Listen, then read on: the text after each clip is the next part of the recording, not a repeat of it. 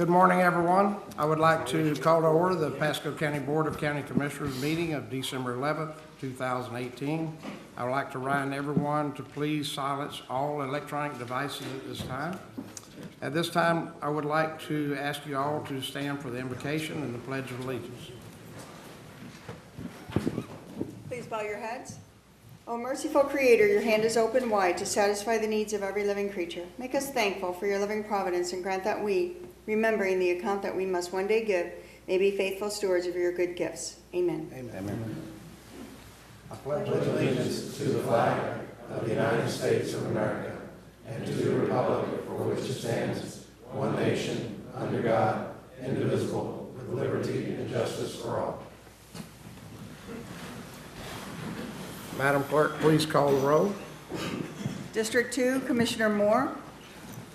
District 3, Commissioner Starkey. District 4, Commissioner Wells. Here. District 5, Commissioner Mariano. Here. District 1, Chairman Oakley.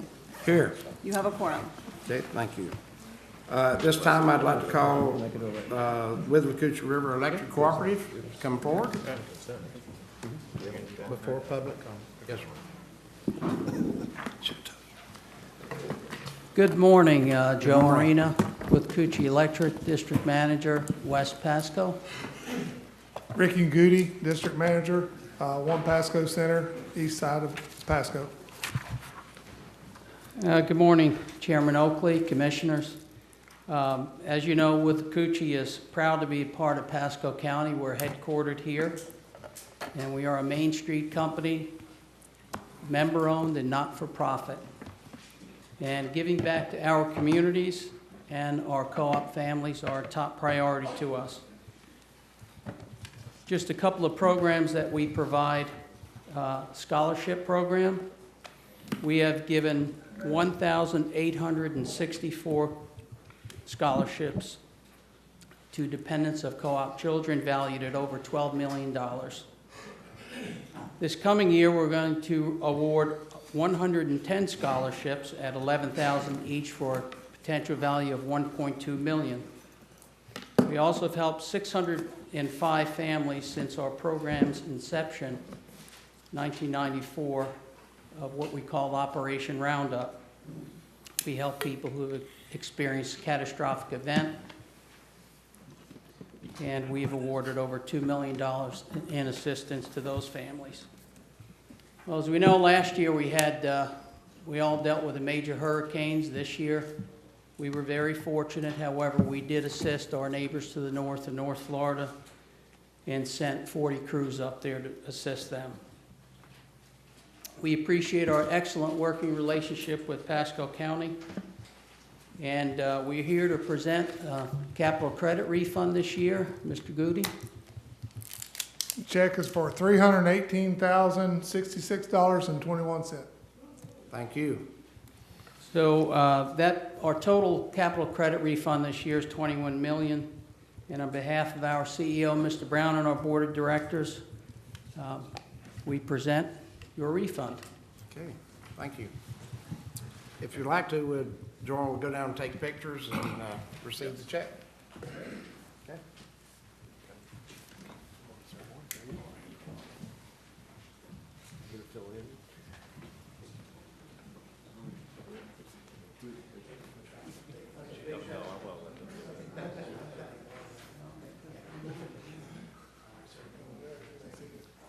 All right, thank you, guys. We're gonna get right here.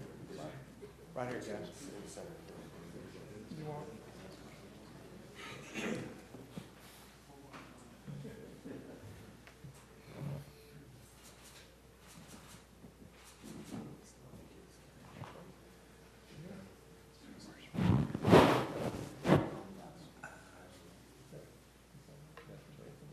want the actual check, huh? We do.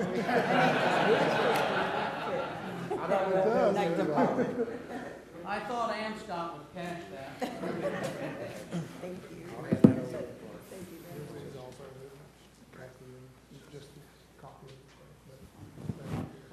All right, thank you. Yes, sir. Thanks again, Joe. Hey, thank you, sir. sir. Thank you.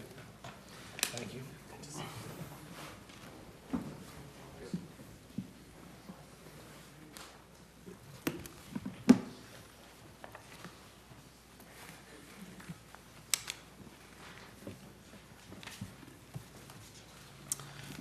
All right, now is the time for public comment. Citizens are given an opportunity to comment on any item coming before the board during this public comment section. The board also takes public comment on items to be placed on future board agendas and business under their preview. The public comment for public hearing are taken during this time, and public hearings beginning at 1:30 p.m. Individuals speaking during public comment will be given 3 minutes to speak. After stating their name and their address, the timer will start and count down for, after 2 minutes, 1 beep will sound, the light will change from green to yellow, and after that 1 minute remains, after the time is 2 beeps will sound, the light will change from yellow to red, indicating the 3 minutes are close to your comments, for closing your comments. The following people have signed up. Is this our Right final here. sheet? First one on the list is Dan Callahan. Following him will be Ken Griffith, and then Joe Passanese.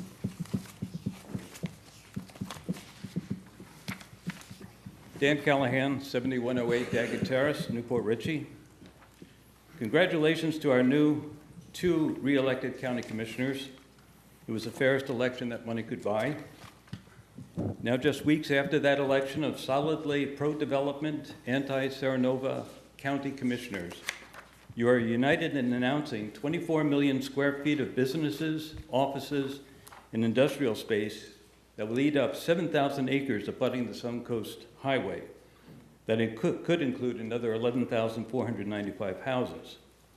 What a victory for builders like Bexley and Lenore as they consume our land, consume our water resources, and add to our need for more schools, libraries, government buildings, and fire departments without the builders paying their fair share of those costs to Pasco citizens.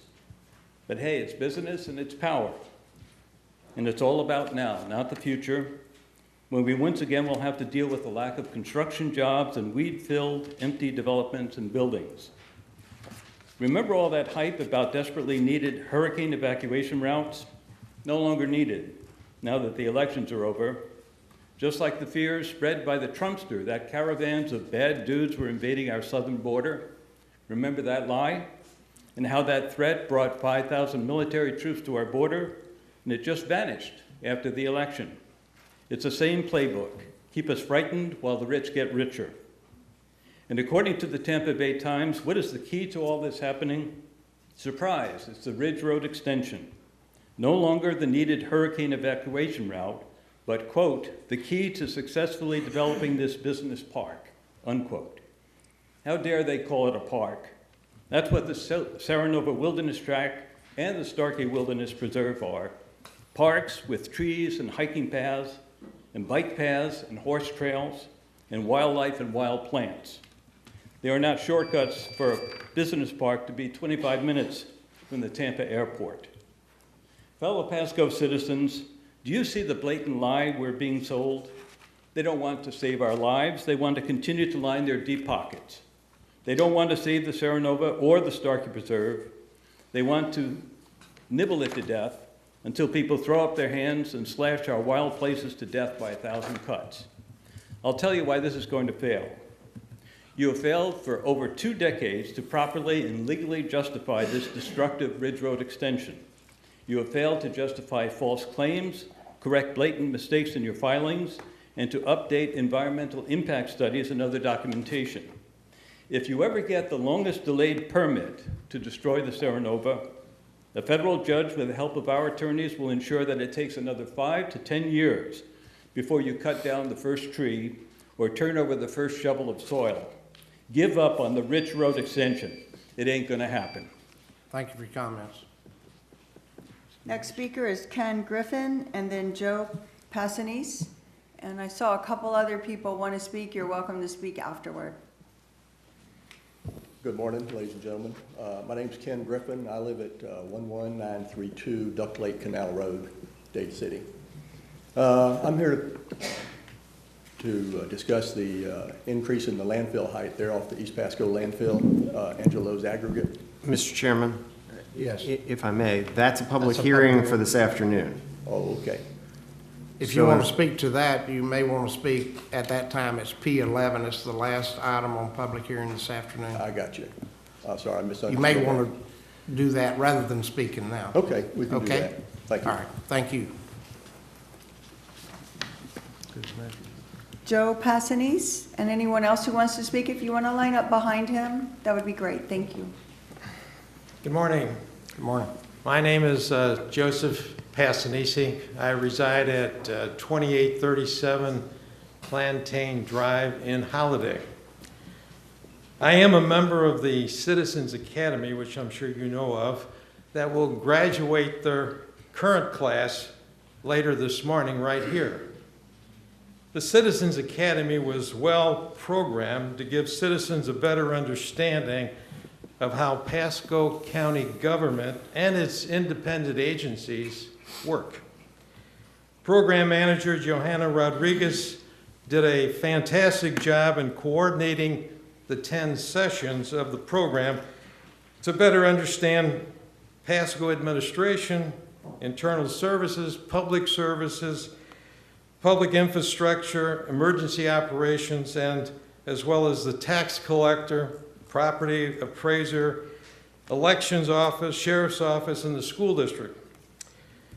I have a special affection for local government, having completed my 30-year career as a planning engineer for the St. Louis County Government Transportation Department.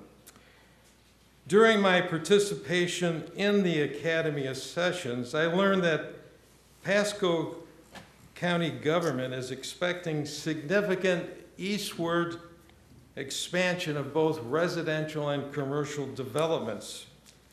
This will put a great strain on existing infrastructure, like firehouses and wastewater treatment plants. I learned that currently a normal firehouse will cost about $4 million, and a wastewater treatment plant will cost $30 million.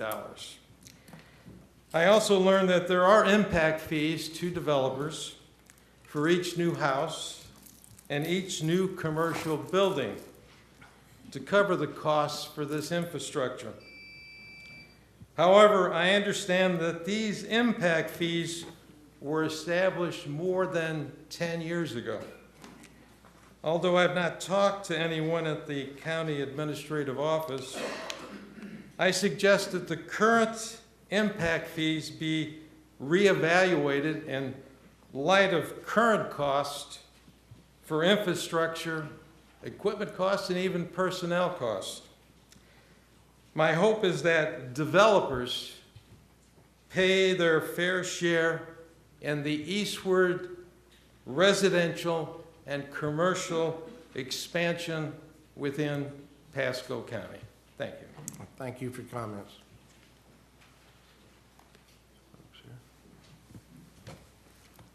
You could state your name and address for the record, please. Thank you. Dale Massad, 8221 Hayward Lane, Port Richey. And Richard Bloom, 4729 Uptide Lane, Port Richey. Okay. want to thank the commission and especially Jack for all that you've done for us in the present and hopefully you're going to do in the past. Particularly, this is a red letter day for me. 18 years of work, and I believe we will be announcing that the dredge is complete. All the interactions with the Army Corps are done, and we're going to begin writing up the bids and putting them out. As you guys all know, this what's the dredge? What do you the Obama dredge money? What is it? BP Restore Act. The BP Restore Act. Restore Act money. We've completed our side. We'll start with that. Three canals will be done. And it's finally happened. I thought I'd be like the guy in Hudson at 80 years old when I finally got it done.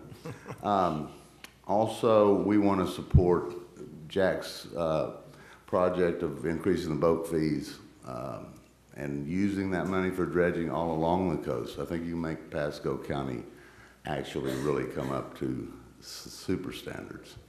Orange Grove Avenue's long been a problem for us. Candlelight Court has, I don't know how they stayed there, but if you take that route in, which is a county road, and out, Mr. Biles has made a deal to pave that. We're paying, and I want to thank you for that. In the future, I just hope you guys keep moving it along, and our representatives have been great, and as opposed to the past. I think you said everything there is to say. Well, Your time's up anyway. We now wanted to speak to the dredging and how much it increases the values in Port Richey. They've already gone up probably 25%. So you get some tax money, and Richard's not coming forth with the, he's brought in residential home standards. And you might just speak to that real quickly. Well, Richard's been behind. yeah, we do appreciate what the commission's done for the city, and we feel that anything that you could continue to do in terms of revenue generation by increasing the boating fees and using those funds for dredging, excuse me, would be a huge benefit to the city and to the county, because frankly, this is the access to the Gulf, and it is important to the city as well as the county and the residents of both. The only thing I would like to just add. Okay. Yep, is that it? That's it. Okay. All right. Thank you for your comments. Appreciate all your help. All right, thanks. Please state your name and address. My name is Clay Colson, 4318 Joy Drive in beautiful downtown Land O'Lakes. I'm here to talk to you about preserves. You know, preserve is something that it means that we're going to keep it for future generations. We created the Starkey Wilderness Preserve. We added to the Starkey Wilderness Preserve with the Serenova Tract, the Anclote River Tract, the River Ridge Tract, all to be preserved. We preserve things for future generations. The whole idea is we created in the center of Pasco County 18,000 contiguous acres of native natural Florida, of the flora and fauna, to preserve for future generations who are not yet here, our children, our offspring. Preserves don't work if you cannot properly manage them. Management is required to do that, and the best way to manage preserves and to maintain habitat is through fire-controlled burns. I wish Catherine Starkey was here because her family is stated such in their Heartwood Preserve website. If you go there where they have their Heartwood Preserve, their new burial grounds, they talk about the need for controlled burn and the way to manage land, and that it cannot be duplicated by any mechanical processes. This is the same thing that happens with the Starkey Wilderness Preserve. And you all want to put a road through it, the Ridge Road Extension. The Ridge Road Extension is not needed as a hurricane evacuation route, as Irma has clearly proven to us, and we had a mandatory evacuation. It will not serve that purpose because it's a road to nowhere. I offer you an alternative. What you all want is your new government complex in Connerton. And Connerton has not been successful. Terrabrook was defaulting on its bonds and ended up having to sell it to someone else. And when they left town, they said the reason it didn't work was they didn't have their lifeline. And they weren't talking about the Ridge Road extension. They were just talking about a hookup to the Suncoast Parkway. So abandon the Ridge Road extension and ask for a permit to extend Connerton Boulevard west to the Suncoast Parkway. Then all the development that Mr. Callahan just spoke about will get the roadway they need. The developers in Bexley will get everything they need, and we can continue to preserve the Serenova and the Starkey Wilderness Preserve. Now, I do note that in your future transportation needs, you asked for an additional 18 to 22 lanes of east-west roadways. Since the county's only 18 miles wide this part, and it's 9 miles from 52 to 54, that means that Ridge Road's extension will be only the first to bisect the Starkey Wilderness Preserve. We cannot have such things. All right, Thank you for your time. Thank you for your comment. Okay. Okay. Now I have a time certain for presentation by the Commission of Human Trafficking. Come forward.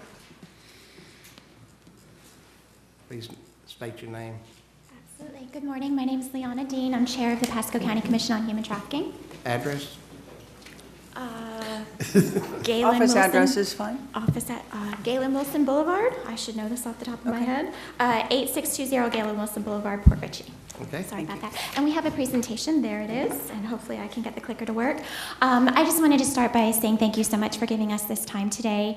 We greatly appreciate it. And I just wanted to thank all of you for your continued support of the Pasco County Commission on Human Trafficking, because without that, we would not be able to do the work that we've been able to do. And Commissioner Oakley, in particular, thank you for all of your help with funding requests and resolutions and things of that sort. It's made a huge difference in the work that we've been able to do.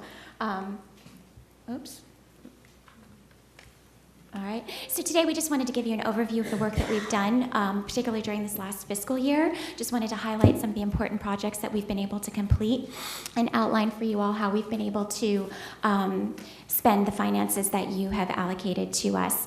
And before I get into that, I just cannot emphasize enough the support that we've received from the county staff. Kim Price and her staff, Danielle and Davia, have been outstanding. Without them, the work that we're going to talk to you about today would not have been possible. Also, we've received support from the county attorney's office as well with some of our contracts, and we've greatly appreciated that. And I know Mr. Biles is considering some initiatives with us as well. So everything you're about to hear about is a result of the work and the collaboration with all of those entities. So as you guys know, as outlined in the resolution, our mission and purpose is to prevent human trafficking in Pasco County, and to do that through education, awareness, and advocacy initiatives. So everything that the Commission does and all of the projects that we're going to talk to you about today fall within those three categories. Our goal is to avoid having anyone who feels that they are being compelled to work or engage in a commercial sex act against their will, which, as you know, and we've talked about to you previously, is happening here in Pasco County. So our commission members, we still have 11 members as outlined in the resolution. The key sectors that we've identified obviously remain the same: law enforcement, the school district, healthcare, hospitality, businesses. Bill Cronin's here. He serves on the commission with us as well. And as you can see, we have members at large. Stephanie represents the U.S. Institute Against Human Trafficking. Kelly Sin. We have child welfare represented. There's been some change over the last few years with regards to the members, just people moving on and doing other things, but we have maintained the integrity of those key sectors. So accomplishments. I just want to draw your attention to the awareness that we've been able to generate around human trafficking just this last year alone. Last January, we hosted a press conference. I was an absolute nervous wreck about that blasted thing, but 9 different media outlets showed up and covered it. So we had at the press conference Congressman Bill Rackus, Sheriff Naco, Commissioner Oakley was kind enough to kick us off that day and get things started. We also had representatives from Senator Nelson's office, and Representative Danny Burgess was there. So that press conference was designed to illustrate all of the initiatives at the local, state, and federal level that were occurring and originating out of Pasco County. And I do want to mention that one of the results of that was that Congressman Bill Rackus reached out to the commission, and we were actually talked about at a federal level, I guess it was hearing on sex trafficking, where he talked about the Pasco County Board of County Commissioners and the Pasco Commission at that hearing. As you can see, we've given out quite a bit of literature. Michaela, who is here with the Priceless Youth Movement, was interviewed by Gail Guayardo. We were on Bay News 9. We also worked with the Tampa Bay Times. So we've gotten a lot of information out to the community that way. We've also continued to participate in task forces, so we are aligned with a task force out of Orlando, and we are aligned with a task force out of the Tampa Bay area. We are also working with the Department of Homeland Security and DCF to help them launch 2 additional task forces around human trafficking.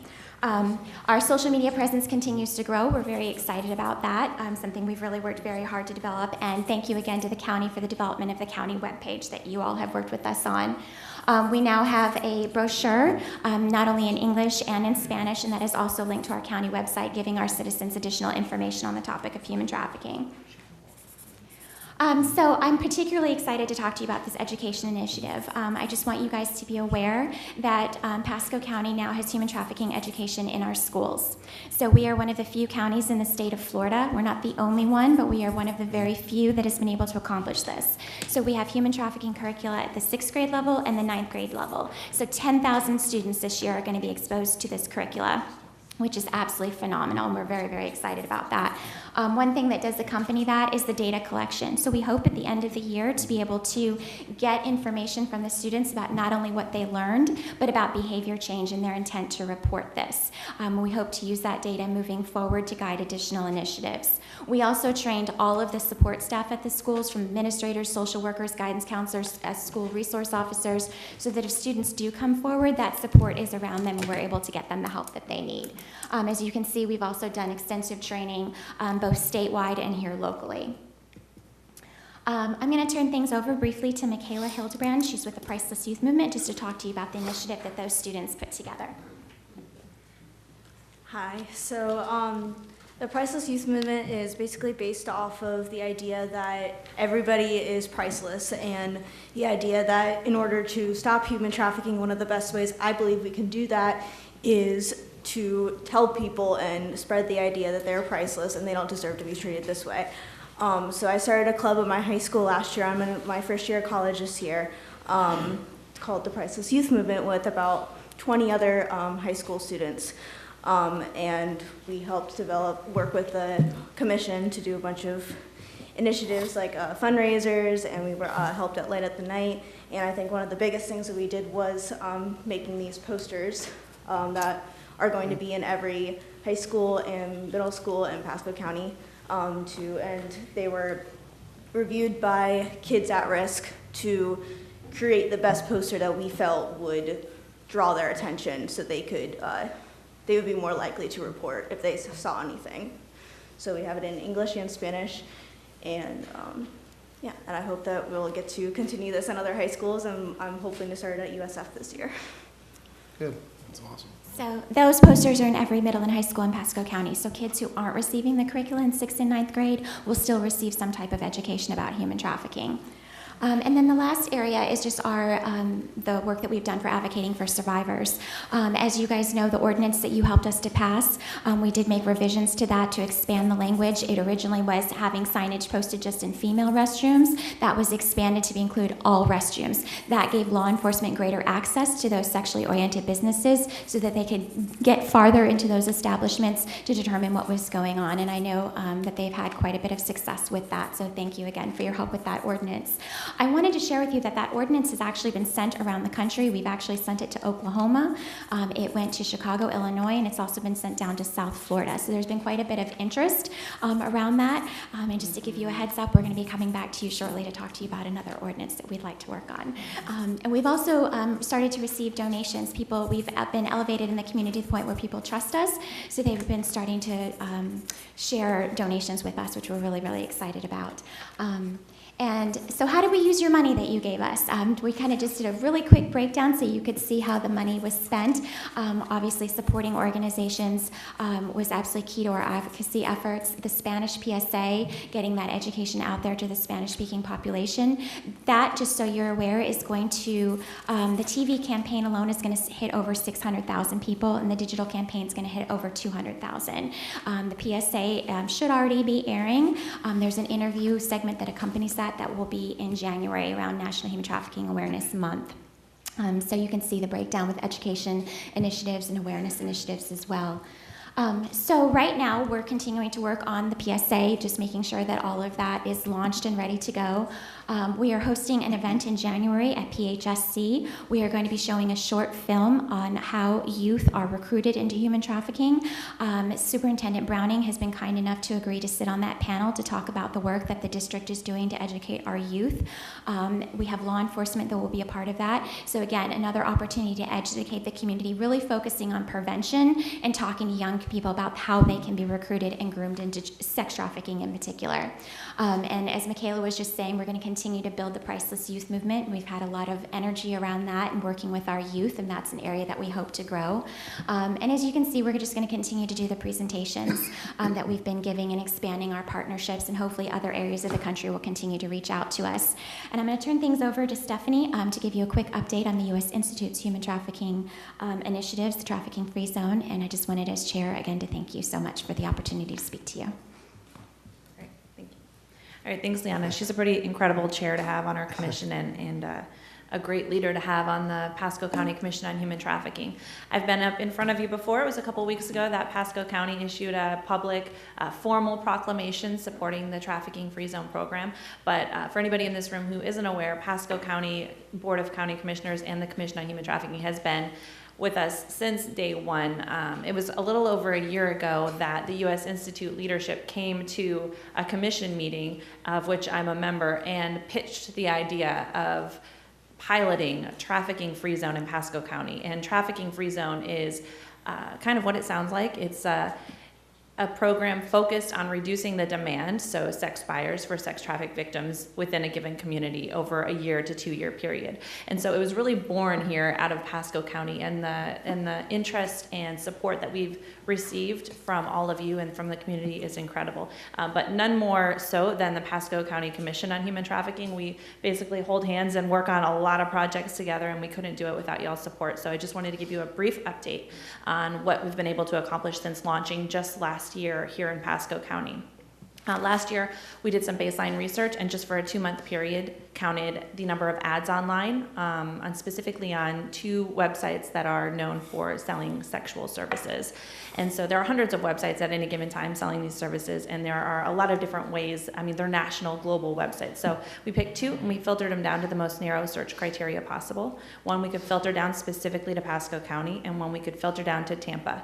And so over 60 days, we just simply counted how many ads appeared on the sites. And we counted over 32,000 ads. And so that told us we've got an issue here in Pasco County, we've got an issue nationwide and globally, but we're going to start here in Pasco County and look at how do we reduce the demand for these exploited victims. And so over that time, we've run some targeted ad campaigns, and we've reached over 230,000, we've made over 230,000 impressions online targeting likely online sex buyers, usually using demographic tools so that you can really target them with up to 99% accuracy. And from that, we've had 2,600 click-throughs to our website, specifically on the Get Help, I'm a Purchaser page. So 2,600 times somebody has landed on a page that offers resources for porn addiction therapy, sex addiction therapy, John Schools, which is pretty awesome.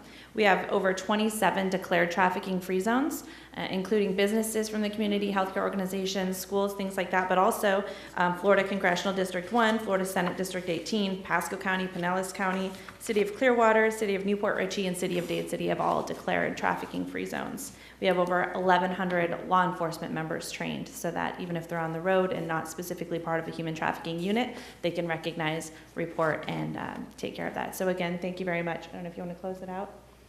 Thank you All right. again so much. Thanks for your support. Thank you. Thank you for everything. Mr. Chairman? Yes, Jack? Leanna?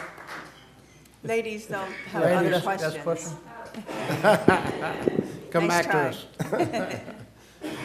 Commissioner Mariano has some questions. Yes. or Yes, sir. thoughts. Thank you for the great work you're doing. Thank you. Have you set up a 501c3 where you can take donations yet? No, not yet. We just have not had the opportunity to do that. We've talked about it, but we haven't taken any steps in that direction. Okay. I think I can get you some help to get that done. Yeah, Okay. fundraising is something that we do know that we need to undertake. It's just been such an endeavor that we haven't had that opportunity. And with all the work you get, I think if we just get that word out there, it should be easy enough to just get that set, and then I think you'll see a lot of donations coming with a great job that you're doing. Absolutely. Yeah, Thank so, you so much. Thank you. Leanna, thank you for all your leadership and all of your leadership in different parts of what's going on with human trafficking. I sit on those meetings and and y'all have done a great job getting it out there. It's just the awareness is really the thing that you really key on. And the fact of it is, it's not only local, it's regional, and it's national. And it's gone that way because of y'all's good hard work that y'all put in it. So we thank you as a board. We thank you for all that you're doing for this county and reaching out to all those all over the United States. So it's a great thing. Thank you. Thank you so much. Thank you. Thank you.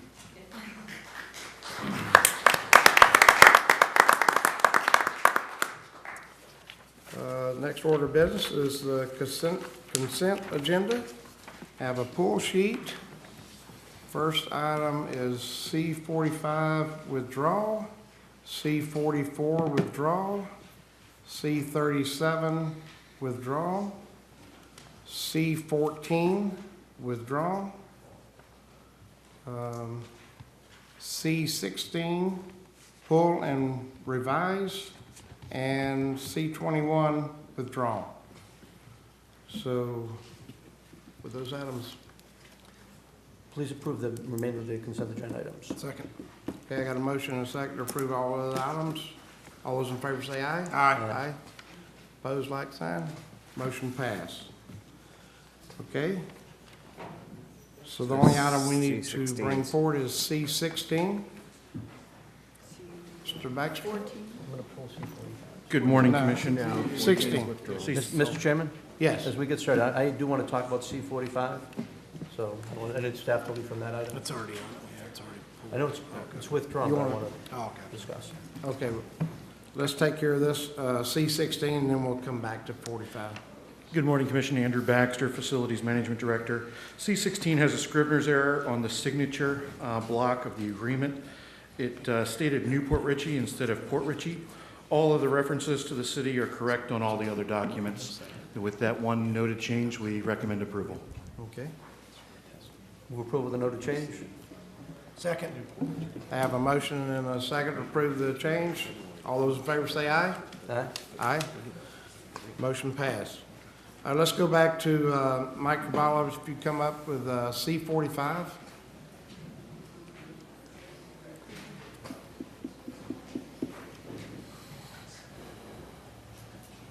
And this has been withdrawn, we just want to have a comment, so. Mr. Chairman? Yes, sir. Morning, Mike Carbella. Maybe Stacy? Yeah, probably more, I think the questions are more for Stacy. It's, Very when good. we've done the Oh, bids in okay. the past couple, Excuse me. She's coming.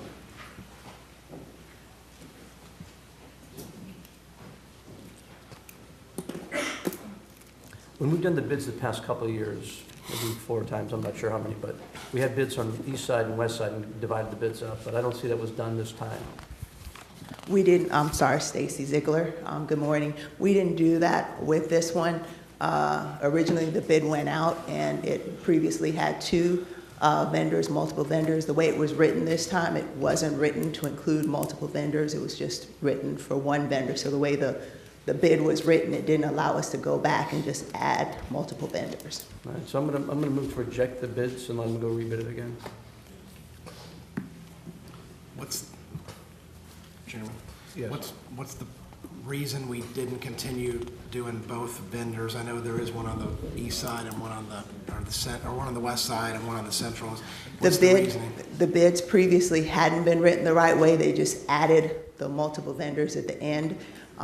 We discussed it with legal, and that's not the way our bids are supposed to be written. If you want multiple vendors, you actually have to put that out there on the forefront and not in the back end and add multiple vendors. The bid was put out on the street, and then it was rejected the first time because FEMA language needed to be added to it, and then it was put back out on the street, but it wasn't requested at the time that we have multiple vendors. So we already have a contract that's open now if we need Lime Rock, like if we're gonna delay this and put it back out to bid, we have folks we can use now, so it's not gonna delay. Currently, Lime there's Rock for no, roads. currently the last bid was up in September, so this one is so currently there is no bid in place, no extension with anybody. We did speak to the department, and they are good for Lime Rock, probably until, if this came back in January or February, they're good until then. But if we did need to reject, obviously there might be some time in between where they don't have a vendor in service or don't have enough lime rock. So technically, the item's not before you because it's been withdrawn. But the administrator, I believe, has the authority to reject all bids if he wishes to. You know, it's in an odd posture at this point.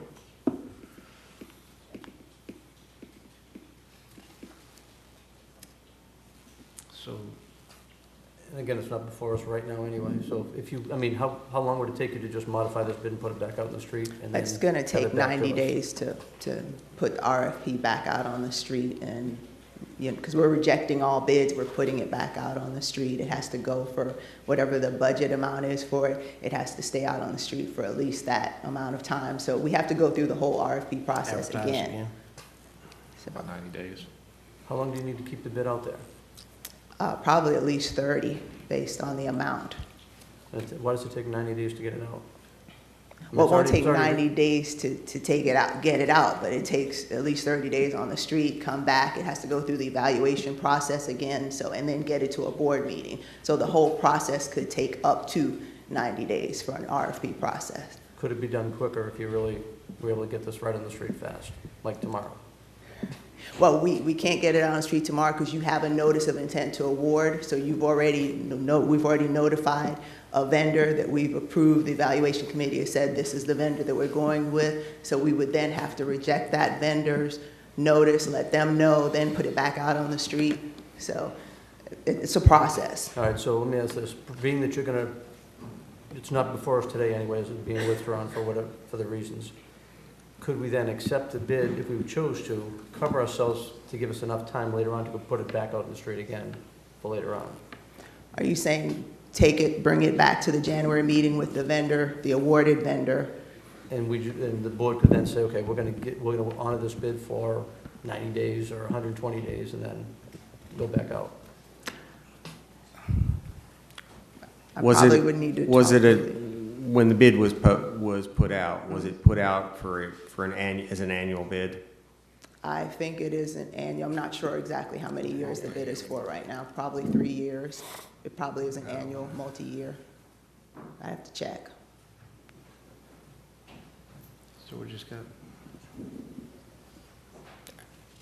Without digging into it, I'm not sure how to answer the commissioner's question. The agenda memo says it's a 2-year with the ability to. Renew for additional? Yeah. So it's for at least 2 years. Unless canceled in accordance with the bid documents, which you would know that better than me, what the bid documents allow us to cancel it for. Okay. So, What but does it's a the bid 2-year document say term. about cancellation? I would have to review them to let you know specifically what the bid documents say on cancellation. Maybe they can review it and, it's withdrawn anyway, so let them, Okay. we can talk about it later on. just let them review and then bring it back to us. Yeah, I think we understand the commissioner's concerns. We'll look at it, see what's the best way To handle it and to bring it back handle to it, us. and then we'll Later move, date. we'll bring you something, or at least be able to talk to you in January about the route forward. Stacy, was it an exclusive? That would be the other question. No. It was not an exclusive bid. So if the commissioner, and you don't have to answer this right now, but if this was not an exclusive bid, we could then go out for a second contractor as another bid issuance, correct? I mean, that may get to where the commissioner wants to go. Right, in If he terms wants of one multiple east, one contractors, west. we can bring back Kathleen as a contractor, but then actually put one on the street It's an option. It's an backup option. We contractor. just need But to we'll look at into it. that. Okay, that sounds good. Okay, Thank you. all right, thank you. Okay. Thank you, Stacy. Okay. Okay.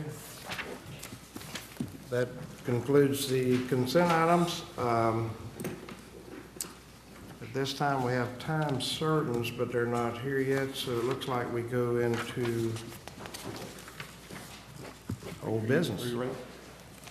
Commissioner, I believe that R4 time certain, everyone's here for that one, so if you wanted to go ahead to that one, Which one? R4. Okay, yes. All right, if they're here, we'll take Air Power Corporation. Welcome. Yep, good morning, Commissioners. Melanie Romagnoli, Office of Economic Growth, and I'm here presenting today before you an economic incentive agreement. We'd like to thank Paul AeroPower for choosing to expand in Pasco County. They are going to be adding on 56 new full-time positions with an average annual wage exceeding 200% of Pasco County's annual wage. And what we're asking for you is to approve and authorize the economic incentive agreement for the next few years that totals the award of $280,000 for creating these positions. And today with me I have Carolyn Gale, their Human Resources Director, and Roberto Gregory, who is the Vice President and General Manager of the Ridge Road facility.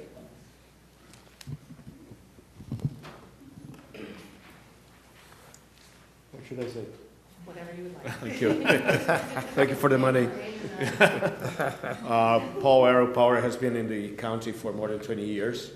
We're part of a larger corporation called Paul, which is part of a further larger corporation called Dade. We are growing very, very fast. Everybody's flying, keep flying. And we manufacture systems that protect the quality of the fluids in an airplane, either fluids for the engines, but most importantly, fluids for the cabin and air cabin. You know, as planes are flying longer and the airlines are putting us in a more dense situations with smaller seats. So air is becoming a priority within airplanes, and happy to say that here, Paul Aerospace dominates the market globally. I think 56 is just the beginning. We need much more. And we need specialized and qualified people as well that are willing to have a career in industrial high-tech going forward. So thank you very much, and looking forward to continued partnership. Okay. Thank you. Any questions? Commissioner Wells? If I could, and I went to Ridgewood High School. I used to actually fish the lakes there at your facility back in the day. But and I've got several friends that work there. Great company. Excited to see the expansion in Pasco County. We appreciate everything you bring to the county and everything you do to give back to Pasco County. I know we don't talk a lot about that, but I know you do a lot to give back to the community, and we really do appreciate that. And with that, I'll make an approval. But did you want to say I'll something? second the motion too, but I would like to talk as well. Okay. Greatly appreciate Paul AeroPower. Absolutely. You guys are a phenomenal company, kind of stay quiet in a sense, but what you do is we greatly appreciate your effect that you have on our local economy.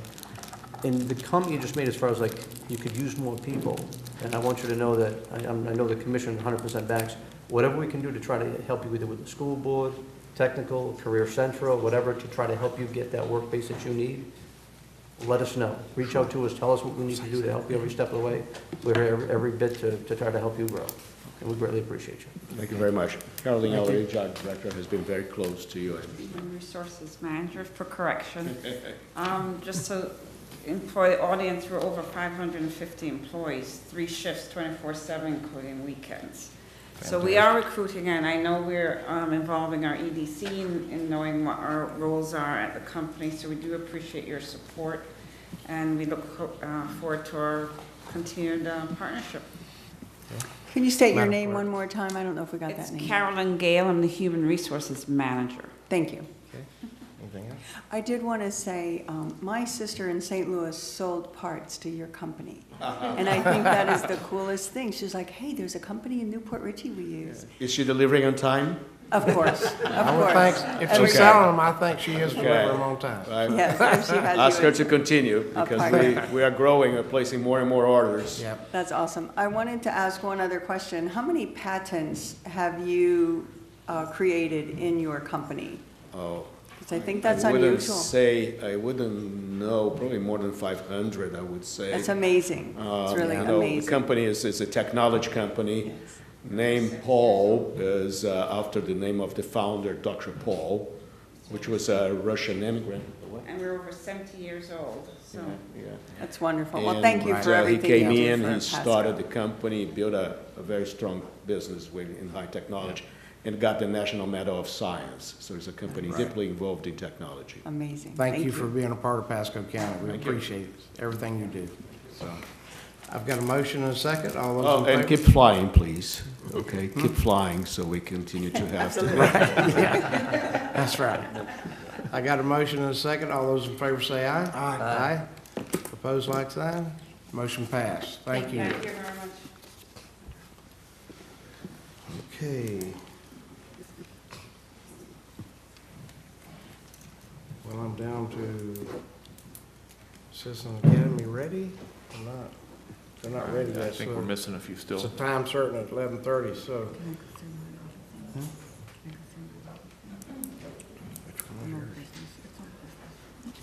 Old business? We'll go through. We'll go to old business. Commissioner Wells? This would probably be the day that I should have something, because then we can waste some time for 30 minutes, but I don't have anything. We're not wasting time. We're good. Yep. Okay. Commissioner Marion? Thank you, Mr. Chairman. I want to say thank you to the board for approving C1 today. We had our Tampa Bay Regional Planning Council meeting yesterday. They're very happy that we're signed the board. The information that's on the new interlocal agreement put in some key things that I wanted to put in there. So I'm very happy with it. It was submitted to the entire board. No one had any objection to it, so it's now approved the way we submit the interlocal, which I'm very happy about.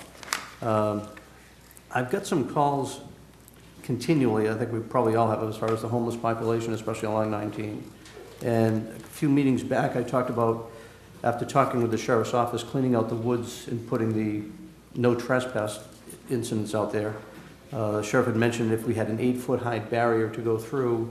I don't know how we're progressing with that ordinance, that panhandling ordinance, as far as what people can't give as well as the people receiving. And Jeff, I'm not sure how long it's going to take, but I will tell you there's a lot of demand out there. I talked to a couple of local business owners, more than two even. They're just camping in the back. One of them's actually got a fence built out of logs with a gate in it on private property. So it's clearly something that needs to be addressed.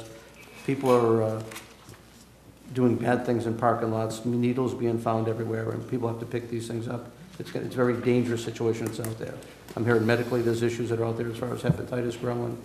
So I think it's important we get these ordinances out there real fast. So I'm just trying to get an update as far as how quick we think we'll address those. On that particular ordinance, I think I would like to brief commissioners individually about the potential problems that you've got with it and see if there might be another solution. But the exchange, the way our ordinance is currently drafted, it's defensible, and it has withstood that. Mm-hmm. I'm concerned about if you're going to try and penalize the motorist as well, not to mention the fact that how you're going to, code's not going to be able to do that. So, but I'd like to go through, talk to you all individually and see if there's something I'm missing. Well, I tell you, Mr. Steinstein, I have great respect for you, the way you kind of go through and look for solutions and kind of like help us in the right path. So I greatly appreciate that. As far as the panhandling ordinance, as far as people giving, I don't think it'd be a long-term thing you'd be doing. I think after a few times out there, if code was out there, and there's key intersections that a lot of them go to, and I think if a couple of people saw that, we can't be doing this, it's not illegal, they're now not going to do it. It's kind of like the human trafficking as their way to reduce demand. I think this will be a way to reduce supply. I mean, literally, we see people out there very well dressed with backpacks, et cetera, just out there collecting money. It's not like they've just come out of the woods either. They could be doing it elsewhere. Mm-hmm. And some of the residents that they actually cite up are residents of areas around. So I think it's something that's just it's an easy way to get money, and we just need to stop that supply. The rental registry, I think, is something we can look at with what Newport Richey did, is something that's probably quicker and easier. It might be a simple cut and paste type thing, although obviously I wouldn't want to do just cut and paste. I want to take a close look at it.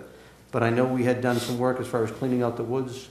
I think the sheriff had a great idea, make sure it's 8 foot high, so when his deputies are going out there, that that they can see what's in there, because they need to be safe going in there as well. So, again, when you see homeless people putting shades on along US 19, they're getting real comfortable where they're at. And it's something that our business people up and down the area, and their customers want to see it addressed. So I think we need to step up our game to bring it forward, whether it be a workshop, whatever it may be, but if you can move it along, that'd be great. I'll make a comment as far as Ridge Road goes. You know, when we had the Suncoast Parkway coming up, I think a lot of our success in Pasco growing is because that road was there. Ridge Road was a road that was planned, going all the way across. I mean, Suncoast Parkway, the Turnpike Authority, had their entrances, the entrance and exits set up on that way to go all the way through. And I think we all witnessed a little bit of traffic this morning. Having just 2 ways getting across this county is not going to be the answer for long term. So I think the board has made good moves, keep on pushing. I think we've got the right people pushing it. And having our county administrator on top of it every step of the way, I think we're going to see a good result in there. And I think it's a very important road for the county right on through. Yes, sir. Thank you. Jack, we have, If I could, real quick. Okay. Something the commissioner said. You know, one thing we've got to look at, and I agree with you with the 8 foot and with the properties, but we've got to really look at the cost, what it's going to cost us for our property, for all the properties we own, to make sure we adhere to that. And I don't know what the expense is going to be, but it's going to be. But I absolutely agree with you. You know, like those folks that, you know, Human Services and the Sheriff's Office is able to help on 52 and 19. Nothing good is going on in the woods. I mean, so, but we've got to make sure we do it correctly, which I know you agree, and make sure we include everybody when we're doing it to work with those folks and give them the services and so forth. And but I agree with you. But we've got to look at that, Eric. I know we've already discussed it, and so I like that we want to hurry it along, but we really got to look at do it right the first time. But I absolutely agree with you. It's an issue, or it's a concern, or it's an opportunity, let's say, all over the county, not just US 19. So. If I could, Mr. Chairman, I had two Gulf other things. Consortium letter that I have here for you to serve as an officer, is that on the Yes. Gulf Consortium? Yes, thank you. Yes, on the Gulf Consortium, I'd like to put my name in the hat again to be one of the executive board members, so they wanted me to put that before the board as well, so. Right. I've got to make sure to approve myself as a nominee. Is that's something we need to vote on? Yes. It would be authorized the Okay. chairman to send All a right. letter to the Gulf Consortium for Commissioner Mariano to serve as an executive council member. So I need a motion. So I'll make that motion. Second. Got a motion and a second. All those in favor say aye. Aye. Thank you, Mr. Okay, Chairman. pass. Thank Could I you. just have two other items too? I know FGOA, the Jasmine Lakes, Palm Terrace, and Zephyr Shores got accepted by the state's interlocal agreement. I know staff's going to be working with the board, but I think it's going to be something I'll just say that I know a lot of people want to see this happen every step of the way, so hopefully we'll have those discussions maybe up at one of the upcoming meetings. And as far as we had a Restore Act meeting scheduled. I didn't think we had enough data to have a meeting. So Pam Lynch and all decided that we just delayed that meeting, so that meeting will be coming back up again. Dredging is a very important component to that, so we're going to keep on looking at the things, especially with the Hudson Channel Gulf Harbor's first phase coming forward. Okay. All right? All right, That's all. thank you. Thank you. Mr. Miles? Yes, sir. If you don't mind, I'd like Kathy to give you kind of an update on what we've been working on this homeless issue over the last couple of weeks, because there has been some work done with some other agencies, so. Okay, good. Kathy Pearson, Assistant County Administrator. So yes, a couple of weeks ago, last week before, we met with the members of the Colonial Heights area. We had the Sheriff's Department there. We had our Human Services team. We had our Homeless Coalition.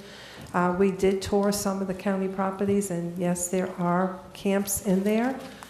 So we are going to spoke with Mike Cabela. He's going to be, it's in stormwater property. He is going to be cleaning that. Keith is looking at the other properties because they're ELANT properties to see what we can do on that.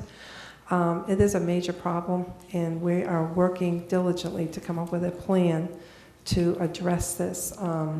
Human Services is partnering with the Sheriff's Department. They are making an offer to a case manager to partner. We'll have a case manager inside the Sheriff's Department to help, hopefully, 7 days a week to try to help some of the areas that they're identifying. And the big thing that's going to happen on January 22nd is the Homeless Coalition. Unfortunately, we have a board meeting that day, but they are going to do their count. And so there's going to be 3 shifts of counts early in the morning from 6 to 10. There's going to be another shift in the afternoon, and then again at nighttime. So they are going to capture a lot of the count, and we're really curious to see what that count's going to be, because the more we are precise on that count, the more monies we can draw in from HUD and those kinds of things to help with the problems that we're having. Just wanted to give you a little bit of update that we are working on it. This group is working hard. We met yesterday also to come up with a little bit more definitive plan that hopefully was going to be coming back to the board here very soon.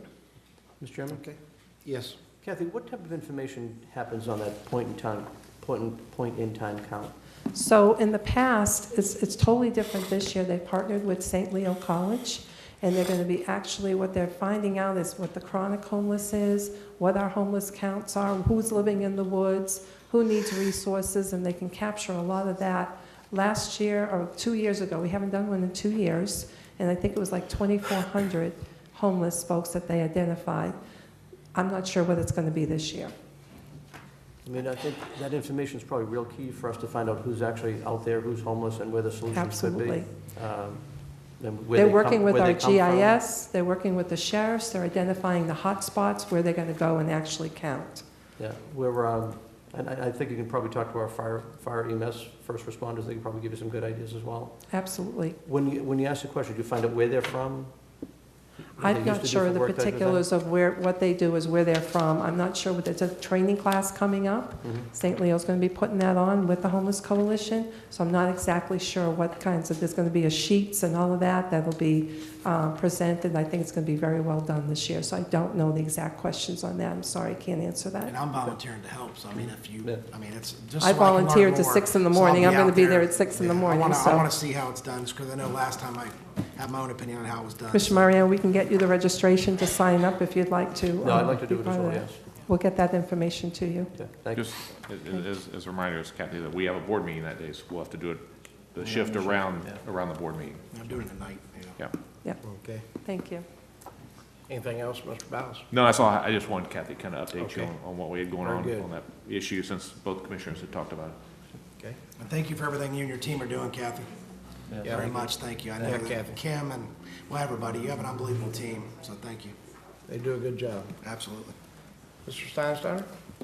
I don't have anything right now. We do have a litigation assessment meeting when you conclude this, your morning.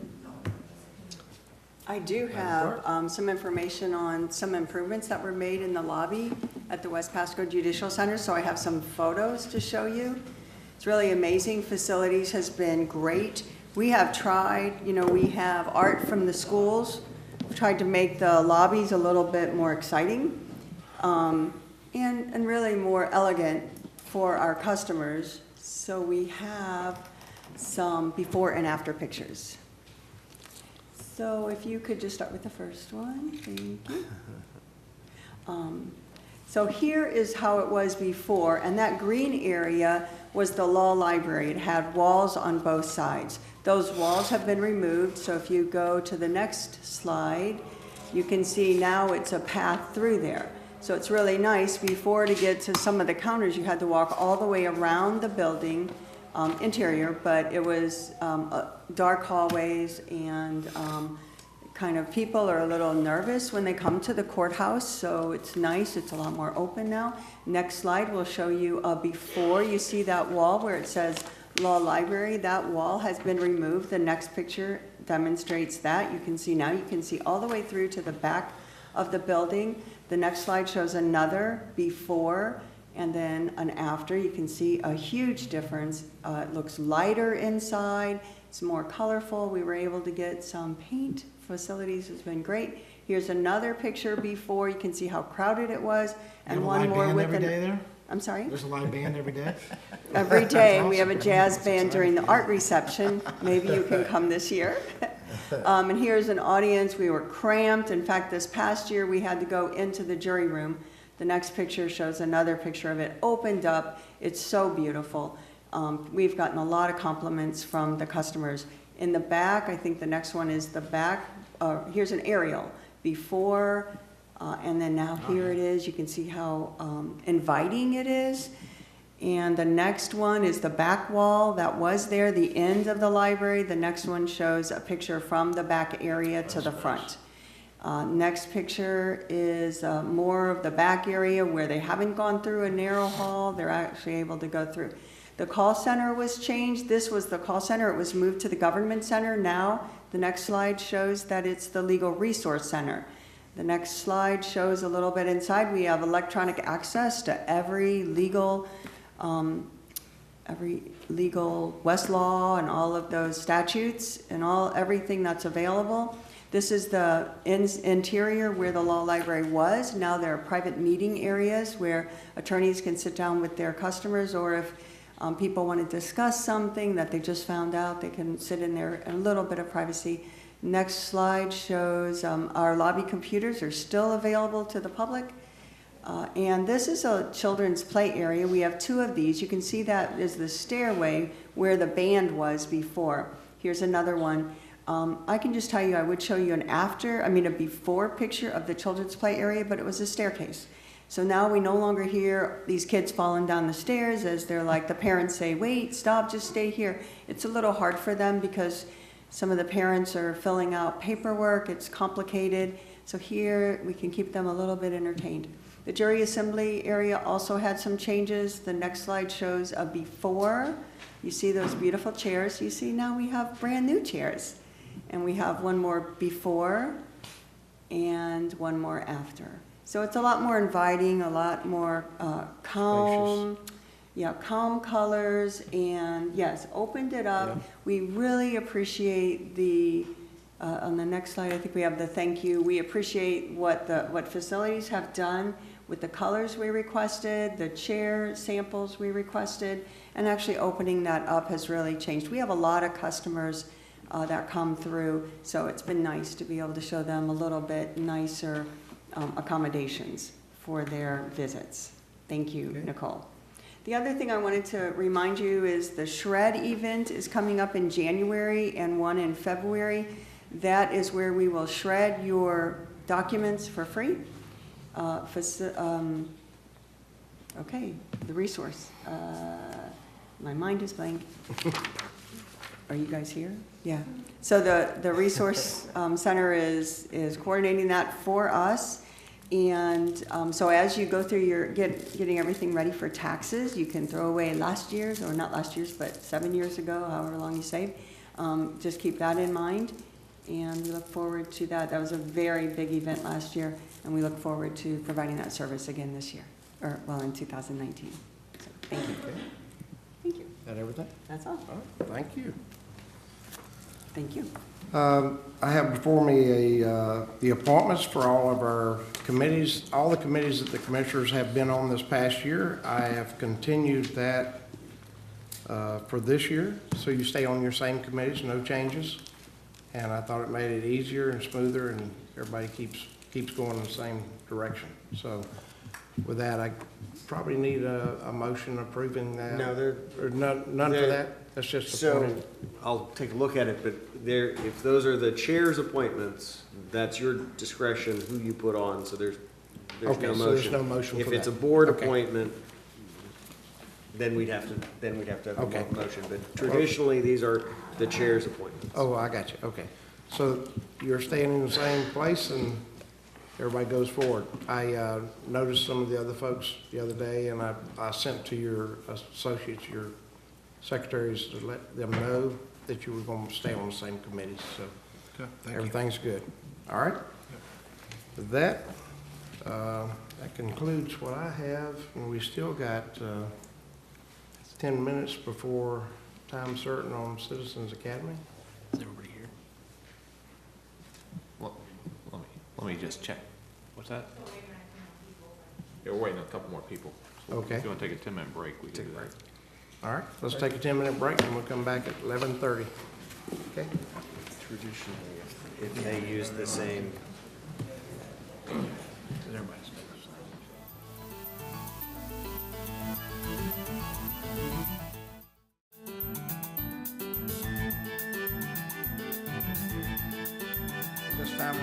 graduation of 2018 Citizens Academy. Guess we want them all to come up front? Yep. Good morning. You'll have to pull that mic down. Sorry. It was way up over our head. So good morning, Johanna Rodriguez, Intergovernmental Affairs. We bring before you the 2018 graduating class of the Pasco County Citizens Academy. We'd like to share with you a short video we prepared with the libraries team. The video highlights some of this year's sessions as well as some comments from a few of our participants.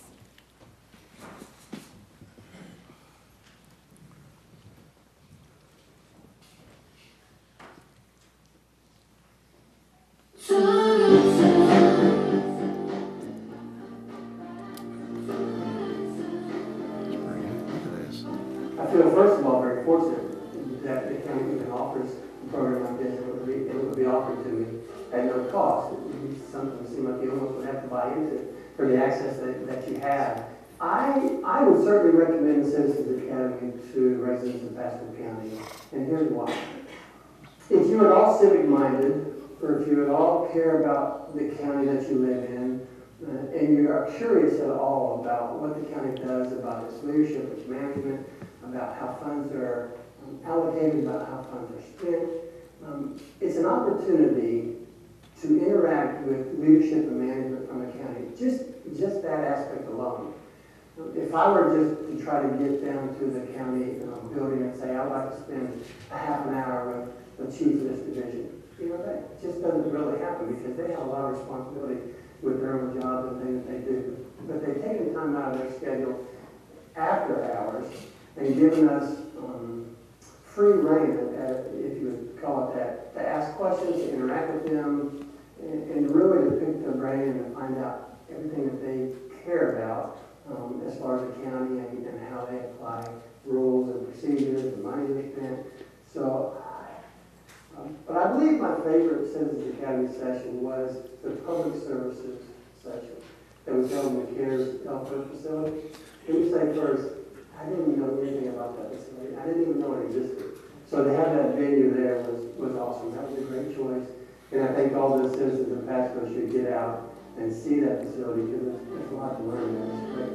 What I like best about the Citizens Academy is the fact that there is no homework. You're here to listen to these high-level administrators. These include, say, Dan Biles, the county administrator, Mike Casano, the tax collector. These are the level of people who are there to present and talk about what they do and what their offices do. Somebody's looking at this and wondering if they would like to be involved in the Pasco County and the Citizens Academy. They certainly need to do it. And I think it's worthwhile for us to thank the county commissioners, the 5 county commissioners, Dan Bowles, the county administrator, and a nice young lady named Johanna Rodriguez. And I think those are commendable things, and I appreciate all of that.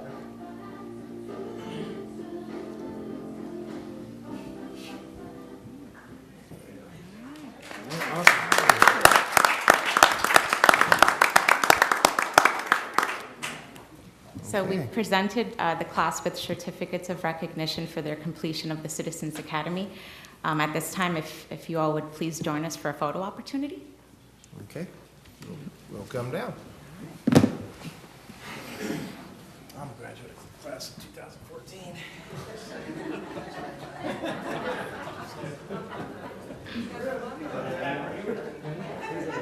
Oh, okay.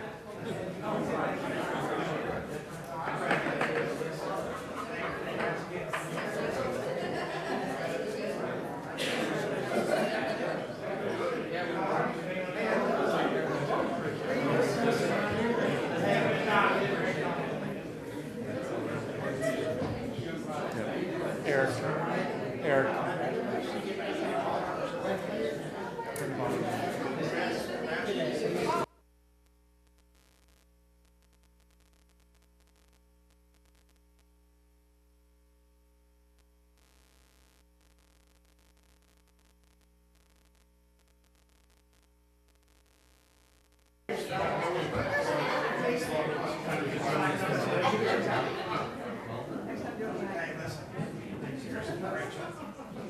I mean, Paul, I think is better like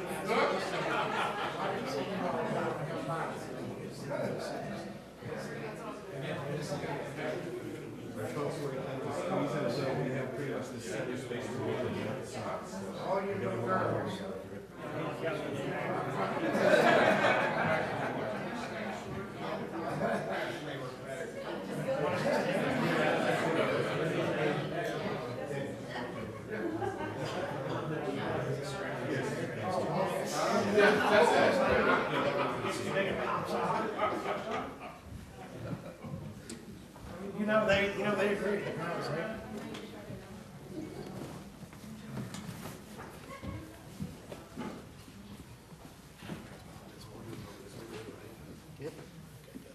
This is the center here. Oh, yeah. I think you guys are upset. I wouldn't think so. Oh. Well, look at all this. You're in the middle. I'll move over to this side. That's why we like this. We got us Behind those chairs.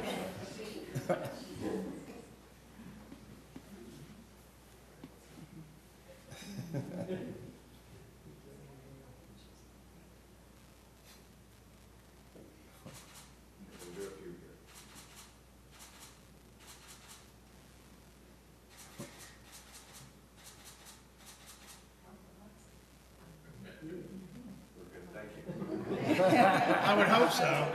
I don't want to shot.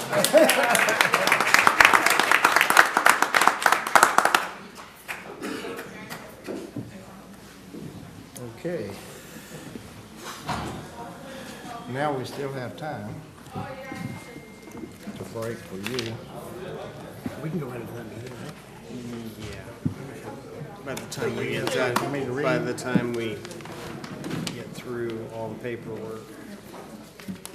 It'll be time.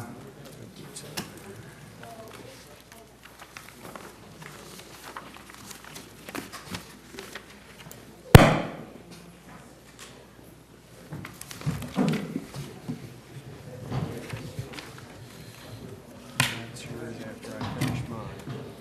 You want that? That's yours after I finish this. Folks, during the board meeting break, we will have cake and refreshments downstairs in Commissioner Oakley's office, so please join us.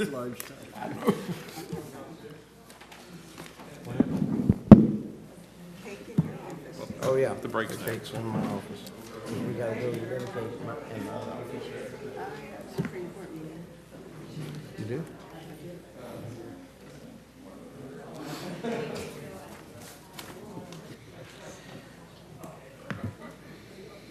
Mr. Chairman, I desire the advice of the Board of County Commissioners concerning Pepper Contracting Services, Inc., a Florida corporation, versus Pasco County, Florida, a political subdivision of the state of Florida, Pasco County Circuit Court, 6th Judicial Circuit, Civil Division, case number 51-2016-CA-3254-WS, and Pepper Contracting Services, Inc., a Florida corporation, versus Pasco County, Florida, a political subdivision of the state of Florida, Pasco County Circuit Court, 6th Judicial Circuit, Civil Division, case number 51-2016-CA-3148-ES, to discuss settlement negotiations and strategy related to litigation. For that reason, I request a private attorney-client meeting.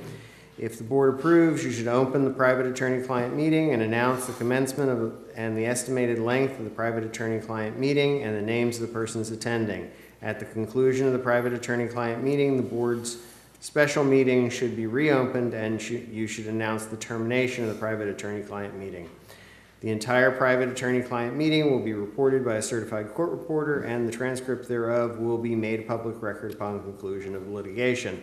I estimate the attorney-client meeting will last approximately 60 minutes. We have scheduled a certified court reporter to be in attendance in the Commissioner's Conference Room on the first floor of this building for the private attorney-client meeting.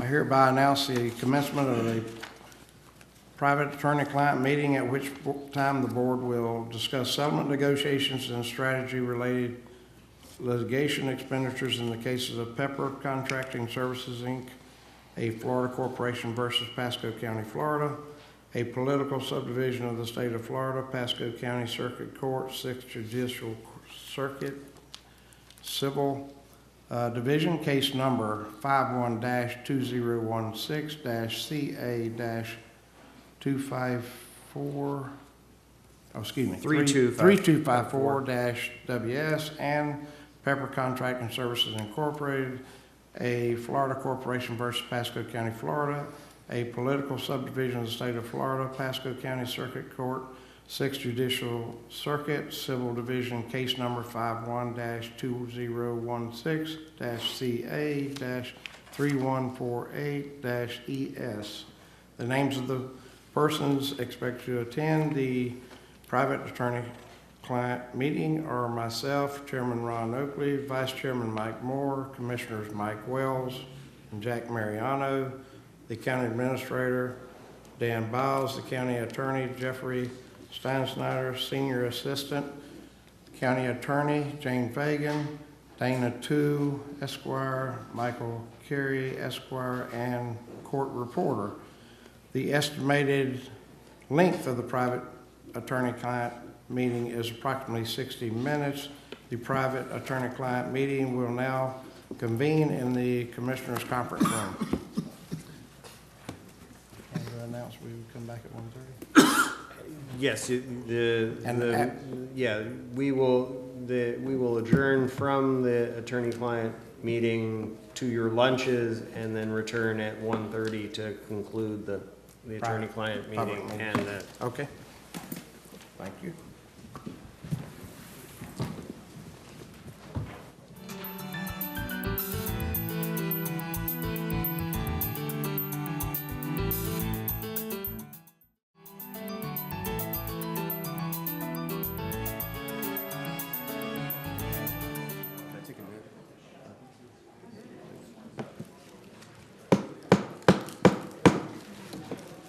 At this time, I'd like to call the meeting back to order of the Board of County Commissioners for December 11th, 2018.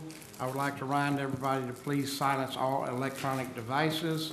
And I'd also give notice that Commissioner Moore is with us at this time. So with that, the private attorney-client meeting to discuss litigation strategy to the cases concerning Pepper Construction Services Incorporated, a Florida corporation versus Pasco County, Florida, a political subdivision of the state of Florida, Pasco County Circuit Court, 6th Judicial Circuit, Civil Division, case number 51-2016-CA-3254-WS, and Pepper Contracting Services Incorporated, a Florida corporation versus Pasco County, Florida, a political subdivision of the state of Florida, Pasco County Circuit Court, 6th Judicial Circuit, Civil Division, case number 51-2016-CA-3148-ES has concluded. Mr. Chairman, we had a litigation assessment meeting with regard to this case. At that litigation assessment meeting, you were provided with a settlement agreement and mutual release that was agreed to at mediation by Pepper Contracting and your representatives at that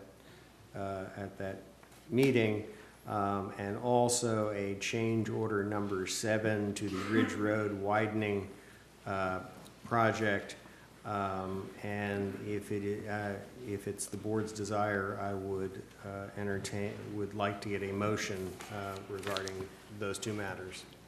I'd like to make a motion to approve the proposed settlement agreement and mutual release in the matter of Pepper Contracting Services Incorporated versus Pasco County, case number 51-2016-CA-3254-WS and 51-2016-CA-3148-ES, and authorize the chairman to execute the change order 7 to the Ridge Road widening contract with Pepper, and further direct the clerk and comptroller to issue payment in the amount of $4,681,750 in accordance with the settlement agreement and mutual release and to distribute the documents as directed by the county attorney's office. Such approval is made contingent upon the county's receipt, review, and approval of an executed change order 7 to the Ridge Road widening contract and consent of the surety to the change order from Pepper. Second? Have a motion and a second. All those in favor say aye. Aye. All opposed, like sign. None? Motion passed. Thank you. All right. Now's the time for resolutions. Madam Clerk, would you read the first resolution by title only? Yes, sir.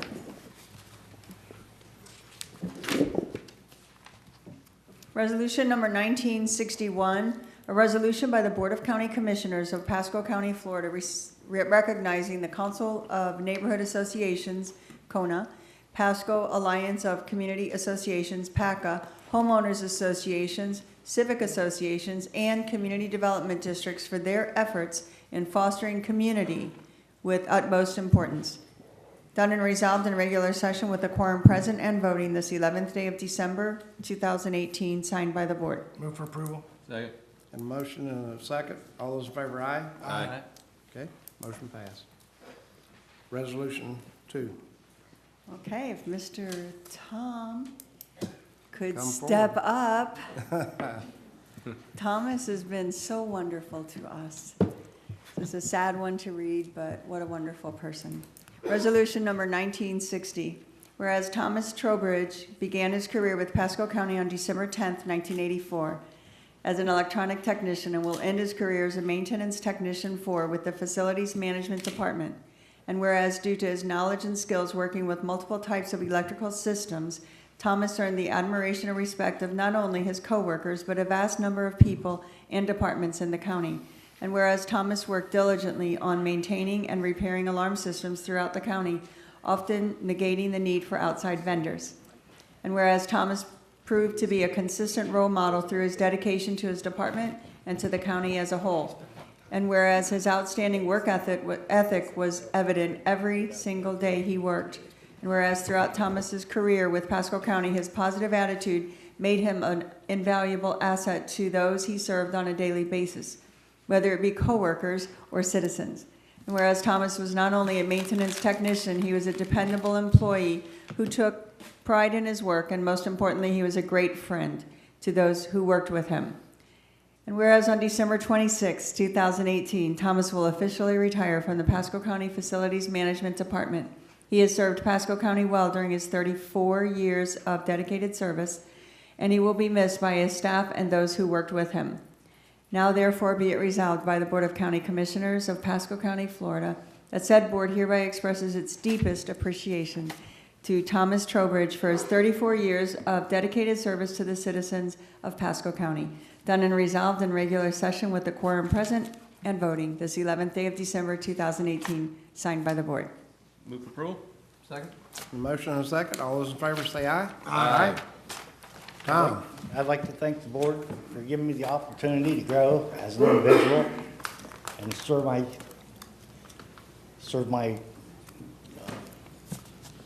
county. And it's just been a wonderful career, and I just want to thank you guys for the opportunity that you've given me and my family. Yeah. Tom, we really appreciate everything you've done for the county, and your work you've done here has been greatly appreciated. So you can still come by and have coffee with me. And I'll do that, sir. I'll do that. If you don't do that, I'll be looking you up. So, but it's great to have had you all these years. Thank you. Thank you.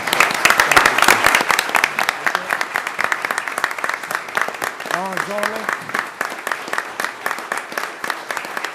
Commissioners, join me down front. We'll take you.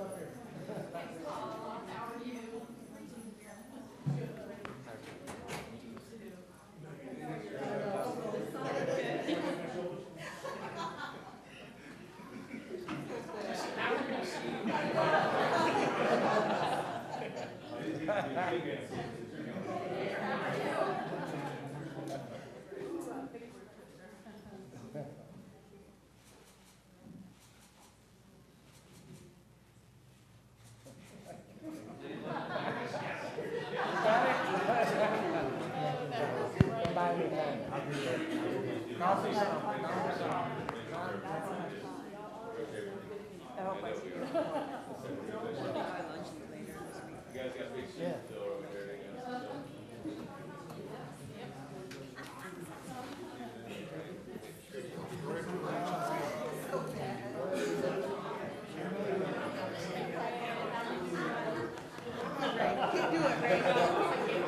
you at the shop. I'm looking forward to it.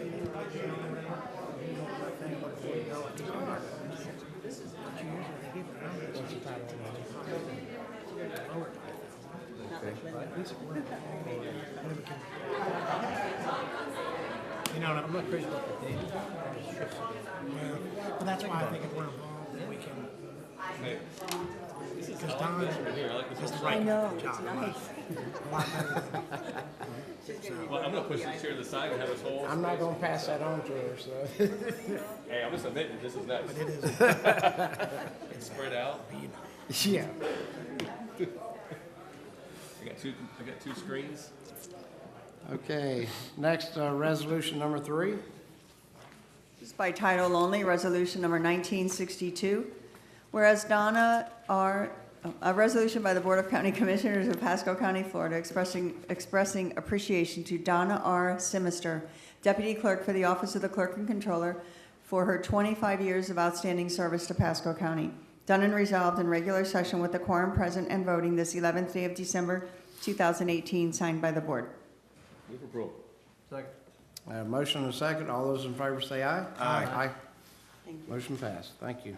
Thank you.